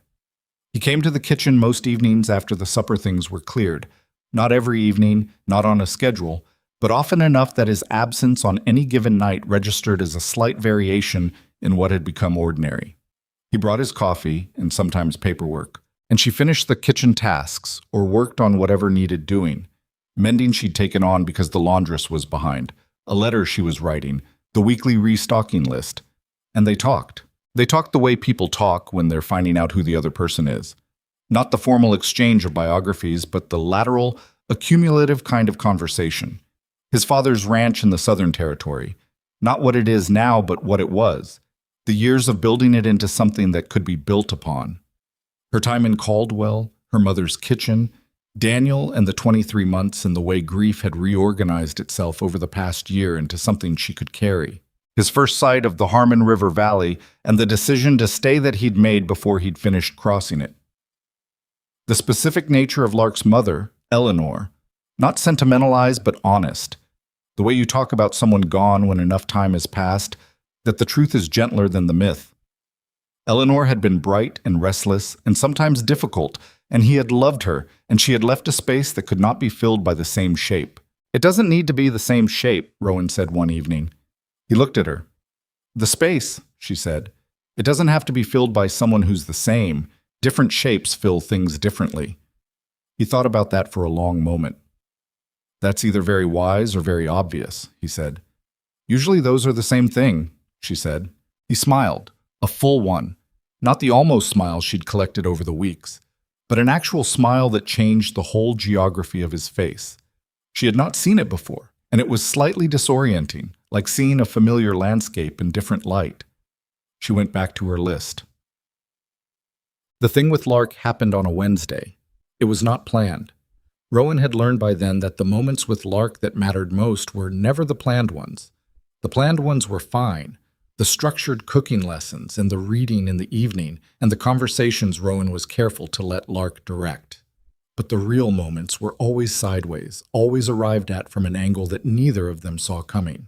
They had been working in the kitchen together all morning, Lark helping with the bread dough in the specific way she'd learned, pressing and folding with the focused seriousness she brought to anything she was interested in. When Gideon came in from outside unexpectedly. He'd been meant to be out with Hewitt all morning, but a problem with one of the horses had sent him back early, and he came into the kitchen still in his heavy coat and stopped when he saw them both at the prep table. There was a moment where nobody said anything. Lark had flour on her hands and on the sleeve of her coat, and she looked up at her father with the guarded assessment she always brought to unexpected appearances. He looked at her, at the dough, at her hands. Something moved across his face. "What are you making?" he asked. Careful, not crowding it. "Bread?" Lark said. "The sourdough?" "The regular Thursday kind, with caraway seeds." He came to the table, slowly, without hurry, the way you approach something you don't want to startle. He looked at the dough. He said, "Can I help?" Lark looked at him for a moment, then at Rowan, then back at her father. She moved slightly to the side, making room at the table. Not a grand gesture. Just a few inches of space, freely offered. Gideon took off his coat, hung it by the door, came back and stood next to his daughter at the prep table. He looked at Rowan. "Tell me what to do," he said. She showed him what Lark already knew, the pressure, the fold, the rhythm of it. He was not skilled at it. His hands were too strong and he pressed too hard at first, compressing the dough in a way that wasn't right. Lark watched him for a moment and then, with the quiet authority of someone who knows what they're doing, put her hand over his and adjusted the pressure without saying a word. He went still, then he adjusted. "Like that?" he said. "Like that," Lark said. They worked the dough together and Rowan found tasks at the other end of the kitchen that needed doing, and the morning went on. Vivian left on the 28th of January. She came to find Rowan in the kitchen the morning of her departure. Not something Rowan had expected. She came in without her usual performance of ease and stood near the door with her traveling coat on, her bags already loaded on the waiting wagon, and she looked at Rowan with an expression that had had the performance stripped out of it. "I want to say something," Vivian said, "and I want you to let me say it without making it easier for me, because I don't deserve that." Rowan waited. "I was unkind to Lark," Vivian said. "I told myself I was indifferent to her, but indifference isn't unkind. What I did was something more deliberate than indifference, and I knew it at the time, and I told myself it didn't matter." She stopped. "It mattered. I know that. I'm not asking you to tell me it didn't." Rowan said, "You were afraid of her." Vivian looked at her. "She was in the way of what you wanted," Rowan said. "And she was also the thing you couldn't manage or charm or navigate, because she didn't care about any of the things you used to manage people with. So you pretended she didn't exist, which is easier than being afraid of a 7-year-old. Vivian was quiet for a long time. Then she said, "Yes, just that." "She'll be fine," Rowan said. "She's stronger than she looks." "I know." Vivian looked at her hands. "So are you." She lifted her head. "I'm not going to pretend I'm glad about how this went, but I can see what he's choosing. I understand it." She paused. "He's not a man who changes his mind often. When he does, it stays changed." "I know," Rowan said. Vivian nodded. There was a moment that was not warm exactly, but was honest, which was something. Then she said, "Goodbye, Mrs. Mercer," and went out to her wagon. Rowan watched it go from the kitchen window and then went back to the stove. The gathering happened in the middle of February, on a Saturday, without Rowan having any particular warning that it was coming. Whitmore had returned. This surprised her when he came through the front door with his wife Estelle and 2 other ranchers whose names she knew from Gideon's conversations, men named Boone and Aldgate, who ran outfits to the north and east. There were also 3 hands from a neighboring spread who had ridden over for reasons she didn't know yet, and Hewitt's wife had come in from town where she'd been staying with her sister. And by mid-morning, the main hall of Iron Wolf Ranch had more people in it than it had held at any one time since Rowan had arrived. She cooked for them. That was what she did. She assessed the number, assessed the stores, and built a meal around what she had, which was considerable. She was not nervous about the cooking. The cooking she understood. It was mid-afternoon when the thing happened that she had not anticipated. She had brought out a dish and was returning through the main hall toward the kitchen when she heard Lark's voice, not from the direction of her room, which was where she'd been most of the morning, but from the center of the hall itself. She stopped in the doorway. Lark was standing in the middle of the room, not on the edge of it, not near a wall, in the middle, surrounded by ranchers and cowboys and Whitmore and Estelle and all of it.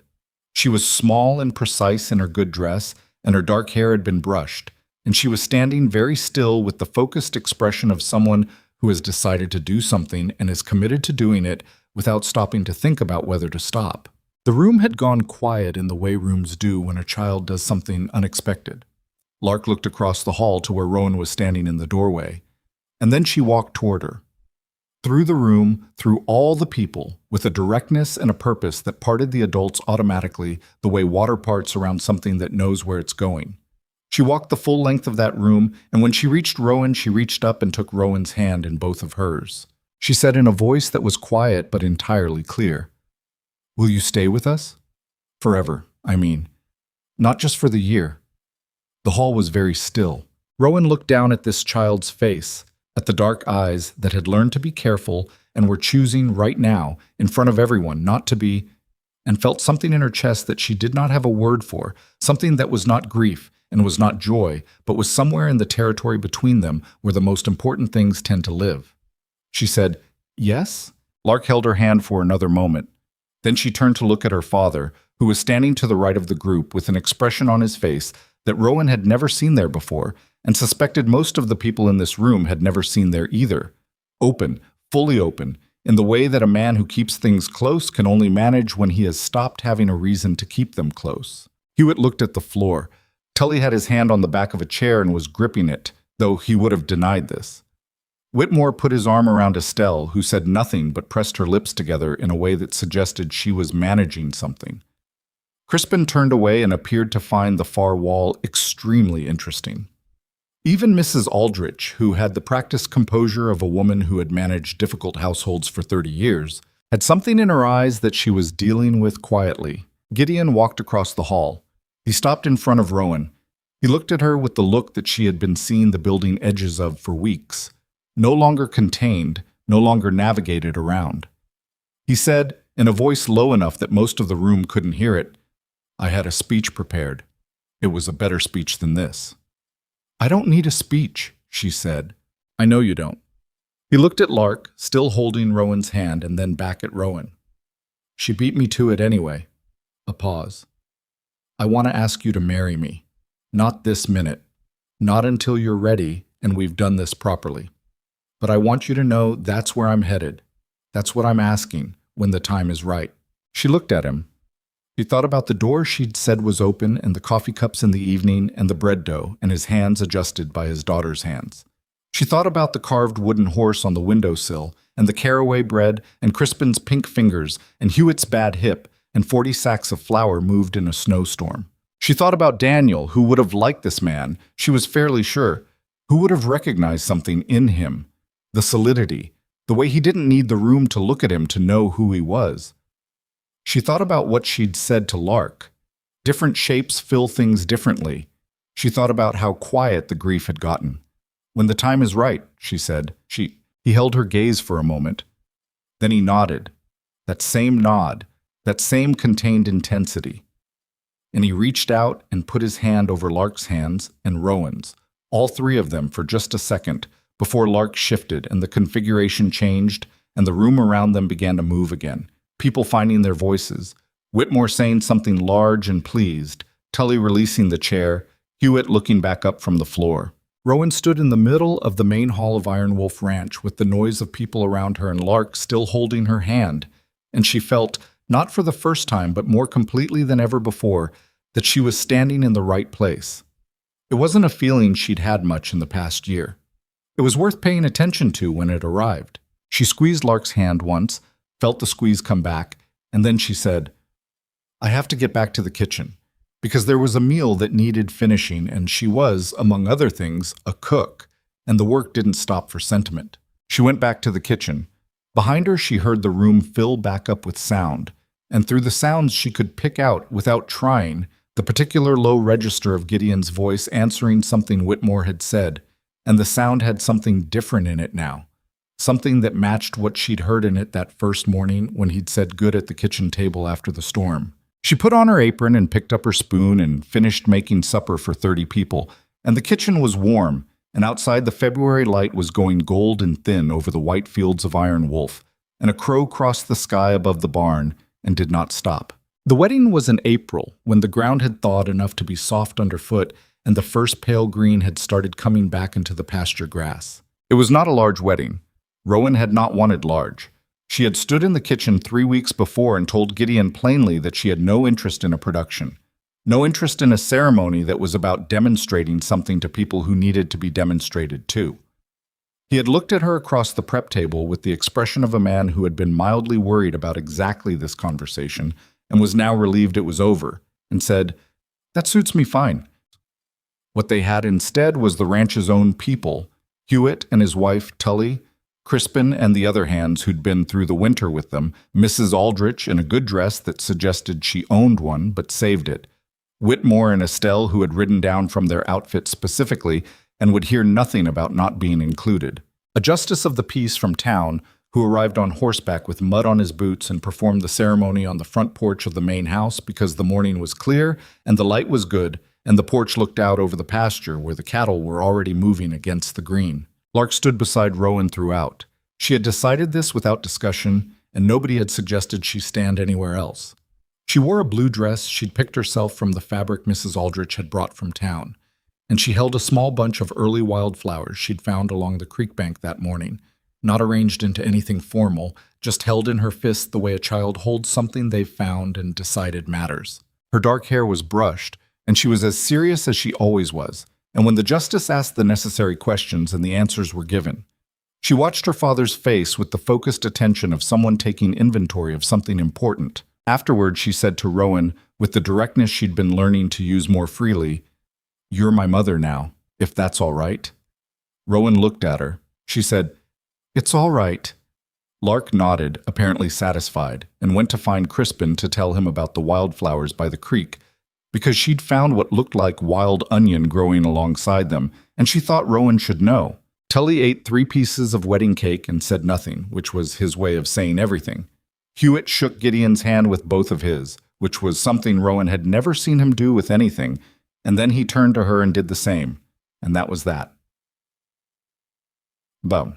Spring on Iron Wolf was a different thing than winter. She had known the ranch in its closed defensive season.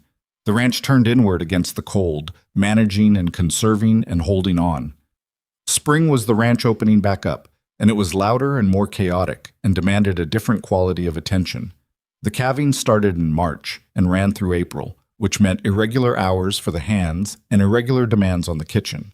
Men came in at odd times needing food that wasn't scheduled, came in wet and cold from difficult calvings in the middle of the night, came in triumphant or grim depending on how it had gone. Rowan kept the stove running later than usual and started keeping a pot of something hot at the back of it through the night hours. Not full meals, just something warm and substantial for whoever came through. She also started the garden. The kitchen garden behind the main house had been neglected for 2 years. She could tell from the state of the soil and the persistence of the weeds that had established themselves with the confidence of long-term residents. Eleanor Cross had kept a garden. Mrs. Aldrich mentioned it once, not as an instruction or a suggestion, just factually, in the way she mentioned most things. Rowan had looked at the space, a generous rectangle behind the kitchen wing, south-facing, good light, and decided what it needed was time and work, which were the 2 things she was most willing to give. She started in March, before the last frost risk was fully passed, turning the soil and working in compost from the kitchen scraps she'd been collecting all winter in a bin near the woodpile. Lark helped on the weekends, crouched in the dirt with a trowel, doing the careful work of someone who found precision satisfying. She was good at it, patient in the way she was patient with bread dough, attentive to the difference between a weed and a seedling, interested in the system of it. "Why does it matter which way you plant them?" she asked one afternoon, regarding the seed rows. "Son," Rowan said, "the tall ones go at the north end so they don't shade the short ones." Lark looked at the rows. "That's like the cattle rotations," she said. "Hewitt's always moving the bigger animals so they don't crowd out the younger ones." Rowan stopped and looked at her. "Yes," she said, "that's exactly what it is." Lark went back to planting with the air of someone who has confirmed something they suspected. Gideon came out one Sunday morning and found them both in the dirt, Rowan in an old work dress with her sleeves rolled up and soil on her forearms, Lark beside her with a smear of it across one cheek. He stood at the edge of the garden with his coffee and watched them for a moment, and then he sat down on the low stone wall that bordered the space and watched some more, not offering to help but not going anywhere either. And the morning went like that. The 3 of them in the early spring light, doing the things that needed doing, not making a large thing of any of it. There were mornings like that one that Rowan kept, the way you keep certain things not by trying to preserve them, but by letting them sit in a part of you that doesn't clear out easily. She was not a sentimental person by habit. Sentimentality had always struck her as a way of relating to the past that put it at a distance, like pressing a flower between book pages, where it becomes a memory of a flower rather than a flower. She wanted the actual thing, But there were moments she recognized as important while they were happening, and that morning was one of them. Gideon on the stone wall, Lark's careful hands in the dirt, the smell of turned earth and the sound of birds returning to the fence posts along the pasture. And she let herself know it was important without trying to do anything about it. That was, she had come to understand, one of the few things she knew about happiness that she hadn't known at 25, that it didn't need to be held tightly to be real. The changes to Iron Wolf that spring were not all interior. Word traveled in the territory the way it always had, slowly but completely, through the visits and supply runs and the conversations that happened at the feed store and the general store and the social gatherings that constituted the territory's version of a newspaper. What had happened at Iron Wolf during the blizzard traveled through that network, and what traveled was not the cattle count or the fence repairs, but the story of the kitchen. The cook who'd kept 22 men fed and accounted for through 2 days of whiteout, who'd pulled Crispin Hale's fingers back from frostbite, who'd run the household operation while the rancher was in the field. Whitmore had told it, and Whitmore told things the way a man tells things when he has the kind of social weight that makes people listen, which meant it became the version that stuck. Then the wedding, which was not secret and not showy, but which registered in the territory the way Gideon Cross's decisions tended to register, as information worth paying attention to. A man who could marry anyone, who had money enough to attract a certain kind of ambition, had married his cook. Not impulsively, not quickly. After 6 months of watching what she did and what she was, he had made what the territory understood was a considered choice. Ranchers started sending their wives to talk to Rowan. Not all of them, not immediately, but the visits began coming that spring. Estelle Whitmore first, who needed no excuse, and then the wife of the rancher Boone from the north spread, who came ostensibly about a recipe and stayed 3 hours. And then a woman named Dora Aldgate, whose husband ran the Eastern outfit and who arrived with her eldest daughter and left with notes on kitchen management that had taken Rowan 20 minutes to write out, but that Dora seemed to regard as significant. She didn't mind the visits. She fed everyone who came, which was reflex more than strategy, and she talked plainly about what she knew, which was what she'd always done. A woman named Hester Crane, whose family ran sheep rather than cattle, and who therefore occupied a slightly different social position in the territory hierarchy, came in April and sat in the kitchen for an afternoon with a specific quality of attention that Rowan recognized as someone learning rather than socializing. "You ran the household through the storm," Hester said. "Not the foreman, not the rancher himself." "The foreman was in the field," Rowan said. "That's where he needed to be." "But you knew what to do." "I knew what needed doing and I had the tools to do it," Rowan said. "That's not unusual. Most women running a household have both those things. They just don't always get the circumstances that make it visible." Hester was quiet a moment, then, "My husband thinks the kitchen is support. Secondary." "Most do," Rowan said. "What do you think?" Rowan cut 2 pieces of cake and set one in front of Hester. "I think a ranch runs on its stomach," she said. "I think men in the field for 12 hours make different decisions, better decisions, steadier ones, when they know they're coming into something hot and solid. I think a child who eats well and feels that the kitchen is a place she belongs in is a different child than one who eats alone in her room."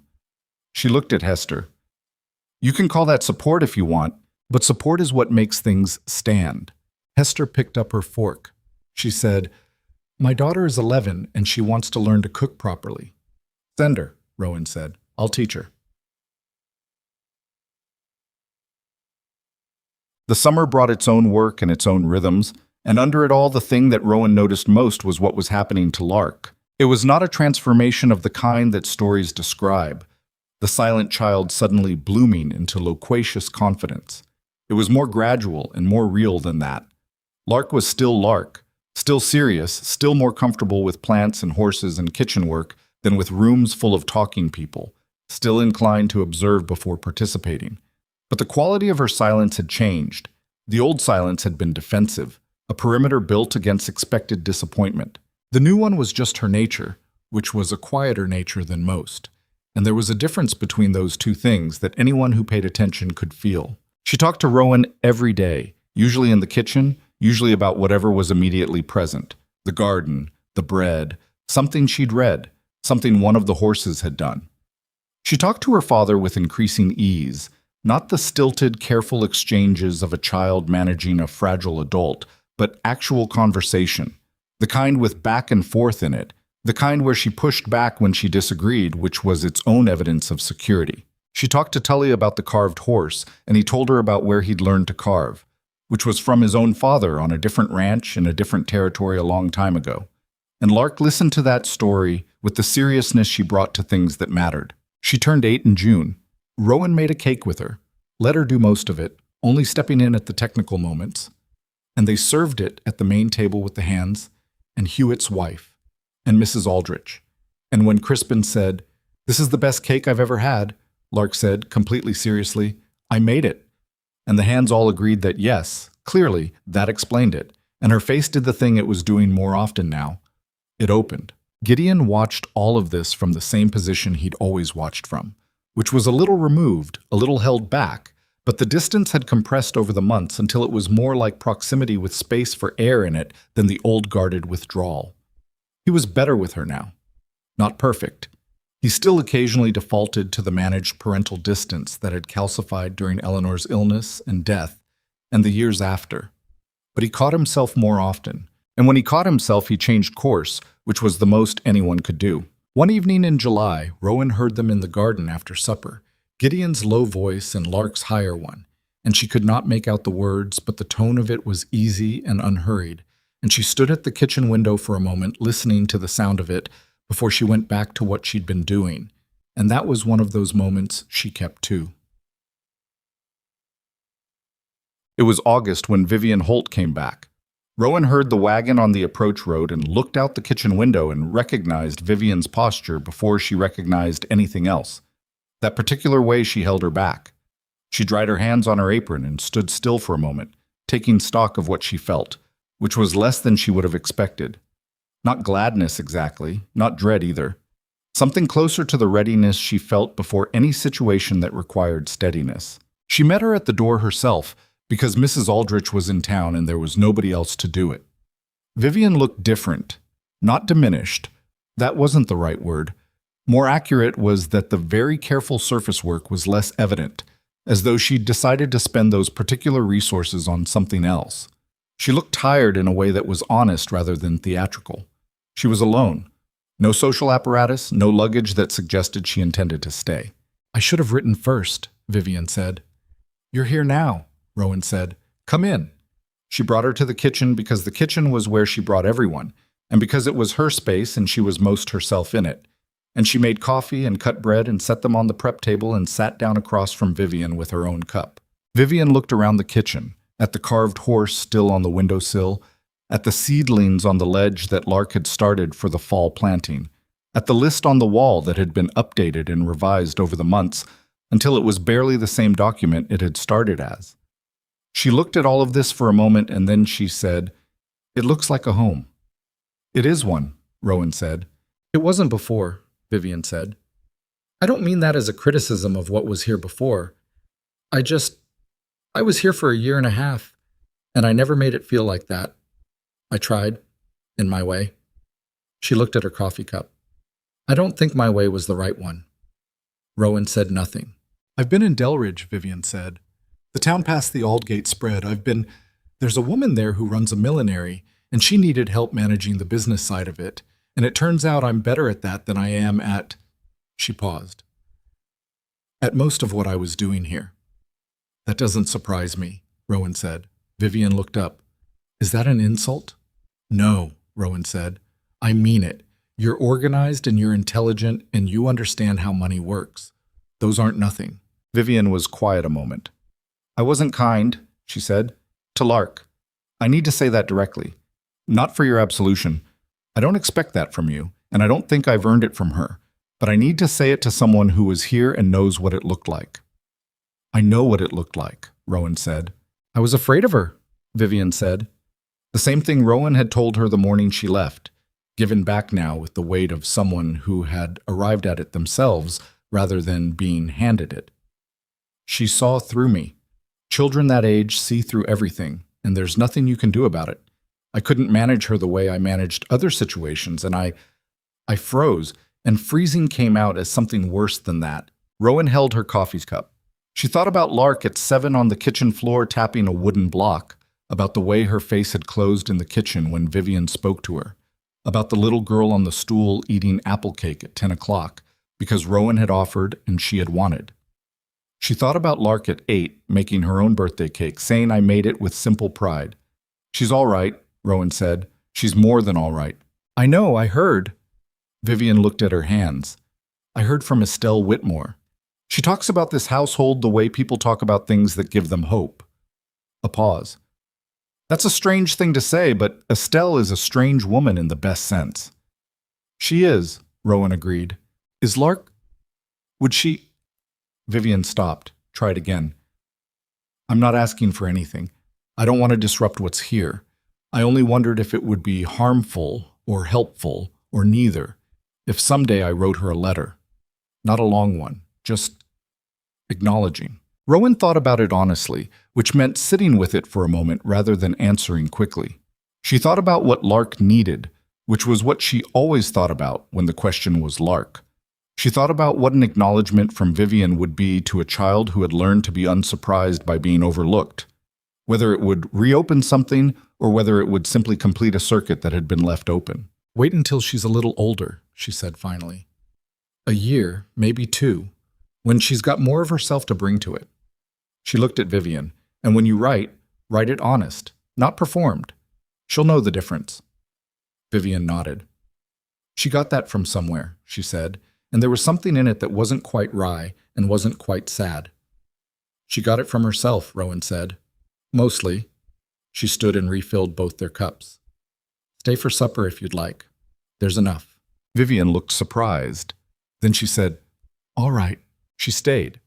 She ate at the main table with Gideon, who received her presence with the specific composure of a man who has settled something in himself and therefore doesn't need to perform any particular feeling about its past chapters. They were civil, which was what they were, and that was enough. Lark came to dinner and looked at Vivian once with the flat assessment that had always been her particular power, and Vivian met that look without flinching, which Rowan noted and thought was the most honest thing she'd ever seen Vivian do. After supper, Vivian said goodnight to Gideon and nodded to Mrs. Aldrich, who had returned from town, and to Tully, who was passing through the hall. She found Rowan in the kitchen with the last of the washing up, and she said, "Thank you for the meal and for the rest of it." "Safe road home," Rowan said. Vivian paused at the door. "You could have made this difficult," she said. "I would have, in your position." "Maybe," Rowan said, "but difficult doesn't usually get you anywhere you actually want to go." Vivian left.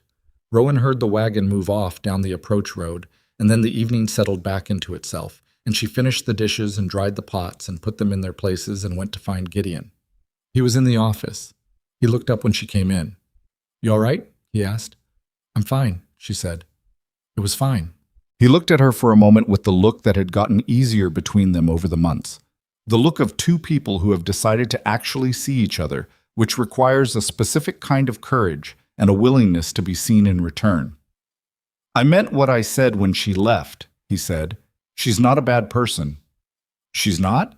Rowan agreed. "She's just not right for what this place needed." "What did this place need?" he asked, and there was something in the question that was not entirely rhetorical. She sat down in the chair across from his desk. She thought about it honestly. "Someone who wanted the place itself," she said. "Not what it represented, not the money or the status or the position, just the actual thing, the ranch and the work and the people in it." He was quiet. Then, "And you wanted it." "I didn't know I did until I was already in it," she said. "That's usually how it works, I think. You don't choose the things that matter most. You show up for something else and then look around and realize you're in the middle of what matters." He thought about that. Outside the window, the summer night was warm and dark. The sounds of the ranch settling, horses, the distant low sound of cattle in the near pasture, one of the hands calling something across the yard to another, the sounds of a working place at rest. "Eleanor would have liked you," he said. He said it the way he said the true things, directly, without shelter. She had no patience for pretension either. "What was she like?" Rowan asked. She had not asked before, had waited for him to offer, which he did occasionally, in pieces. He considered. "Bright," he said. "Restless."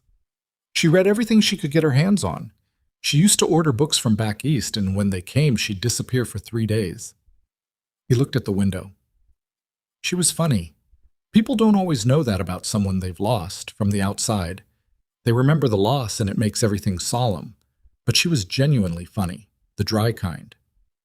He was quiet a moment. Lark got that. She hasn't used it much yet, but it's in there. You can see it sometimes. I can, Rowan said. Last week with the onion seedlings. He looked at her. She told me the seedlings were the most committed plants in the garden because they kept growing in spite of being deeply unpleasant. Rowan paused. She said it with a completely straight face. Gideon looked at the desk, and something moved across his face that was full and complicated, and he didn't try to manage it. Yes, he said, that's Eleanor's. They sat with that for a moment. It was not a sad moment, or not only, it was the kind of moment that holds more than one thing at once, which is the only kind of moment worth having if you think about it. The years that followed did not unfold simply, because nothing real does. There were hard seasons. A dry summer 2 years on that hit the pasture grass hard and put the cattle count under pressure, requiring decisions that cost money and sleep. There was a winter when Hewitt's hip finally gave him enough trouble that he spent 6 weeks off the rotation, which reshuffled the whole operation. There was a season when Lark, at 11, went through something quiet and difficult that she couldn't fully articulate and that required more patience than Rowan had on some days, and less talking than her instincts told her, and the navigation of that tested her in ways that cooking through a blizzard had not. But under all of it, the household ran, and under all of it, the kitchen was what it had become. The center, the warmth, the place people came to when they needed steadying. That was not Rowan's design. It was what a kitchen became when it was run by someone who understood that feeding people was not a service transaction, but an act of attention, repeated daily, over years, until it accumulated into something that looked like love, because it was love, expressed in the language of cast iron and sourdough and a pot of cider at the back of the stove on cold mornings. Tully retired the winter Lark was 10. He moved into a small house in town that his sister had been trying to get him to move into for 15 years, and Rowan made him a going-away meal that took her 2 days to prepare and that the whole crew ate together at the long table in the main hall.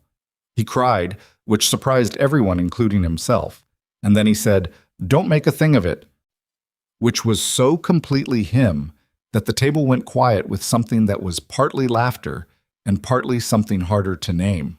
He came back for Sunday dinners when the weather allowed.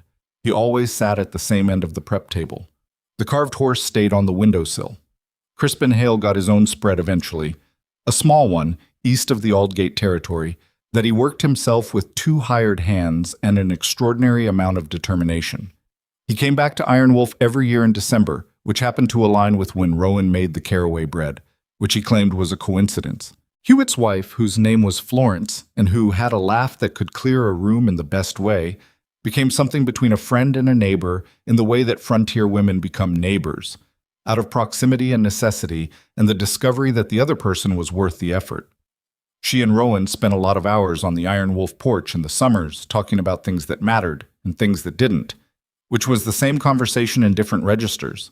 Whitmore and Estelle remained what they had become, people whose presence in Rowan's life had started as business and turned into something warmer, the way certain formal acquaintances occasionally do when enough honest conversation passes between them. Estelle wrote Rowan a letter after the first year that said, among other things, "You run that ranch better than Cornelius runs his, and if you tell him I said so, I will deny it. He knows it's true."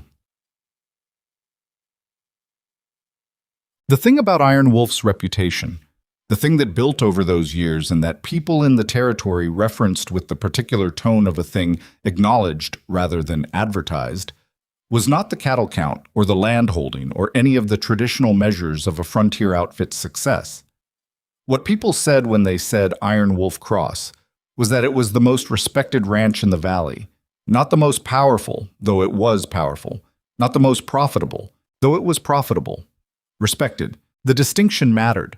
Respected meant that when the drought hit and Iron Wolf had feed to spare, Gideon shared it with 2 neighboring operations that were going under, at a price that was below market value, without requiring anything in exchange. It meant that when the Crane family's sheep operation had a bad season, and Hester Crane showed up at the Iron Wolf kitchen looking thinner than she should have been, Rowan sent her home with supplies and told her to come back when she needed more, and nobody discussed it as a favor because it wasn't one. It meant that the younger hands who worked a season at Iron Wolf went to their next outfit different. Not just better fed, but with some understanding of how a well-run household worked, which turned out to matter in ways nobody could have predicted. It meant that Lark Cross, who grew up in that kitchen and on that ranch and at that table, grew up knowing what it looked like when people were treated with consistent, unperformed decency. And that turned out to be the most significant thing Iron Wolf produced, by some measures. She was 16 when Vivian's letter arrived. Rowan gave it to her without comment and let her take it to her room. She did not ask about it that evening. The following morning, Lark came to the kitchen early, before anyone else was up, and sat on her stool and said, "She apologized." "I know," Rowan said. "Did you tell her to?" "I told her to write it honest," Rowan said. The apology was hers. Lark turned her coffee cup. She had started drinking it at 15, weak and with milk, and Rowan had said nothing about it either way. "I don't know how to feel about it," she said. "You don't have to know right now," Rowan said. "You can let it sit until you do." "That's what you do with things that don't have an obvious answer?" "Usually," Rowan said. "The obvious answers sort themselves out. The other kind need time." Lark thought about this. "She said she was wrong about me," she said, "that I was more than she was able to see at the time." A pause. "That's an odd thing to say." "It's an honest thing to say," Rowan said. "People see what they're able to see. Sometimes they get more able later." "Did you like her? Ever?" Rowan thought about it. "I respected that she knew what she wanted," she said. "I didn't like what she did with it. But those are different things." Lark looked at the window, at the carved horse on the sill, which had been there for 8 years now, small and worn at the edges from being handled. She'd carried it out to the pasture once at age 9 and lost it, and spent an entire afternoon looking for it in a kind of low-grade panic that she'd tried to hide but hadn't, until he had found it for her near the gatepost and handed it back without commentary. "I'll write back," Lark said. "I think, eventually."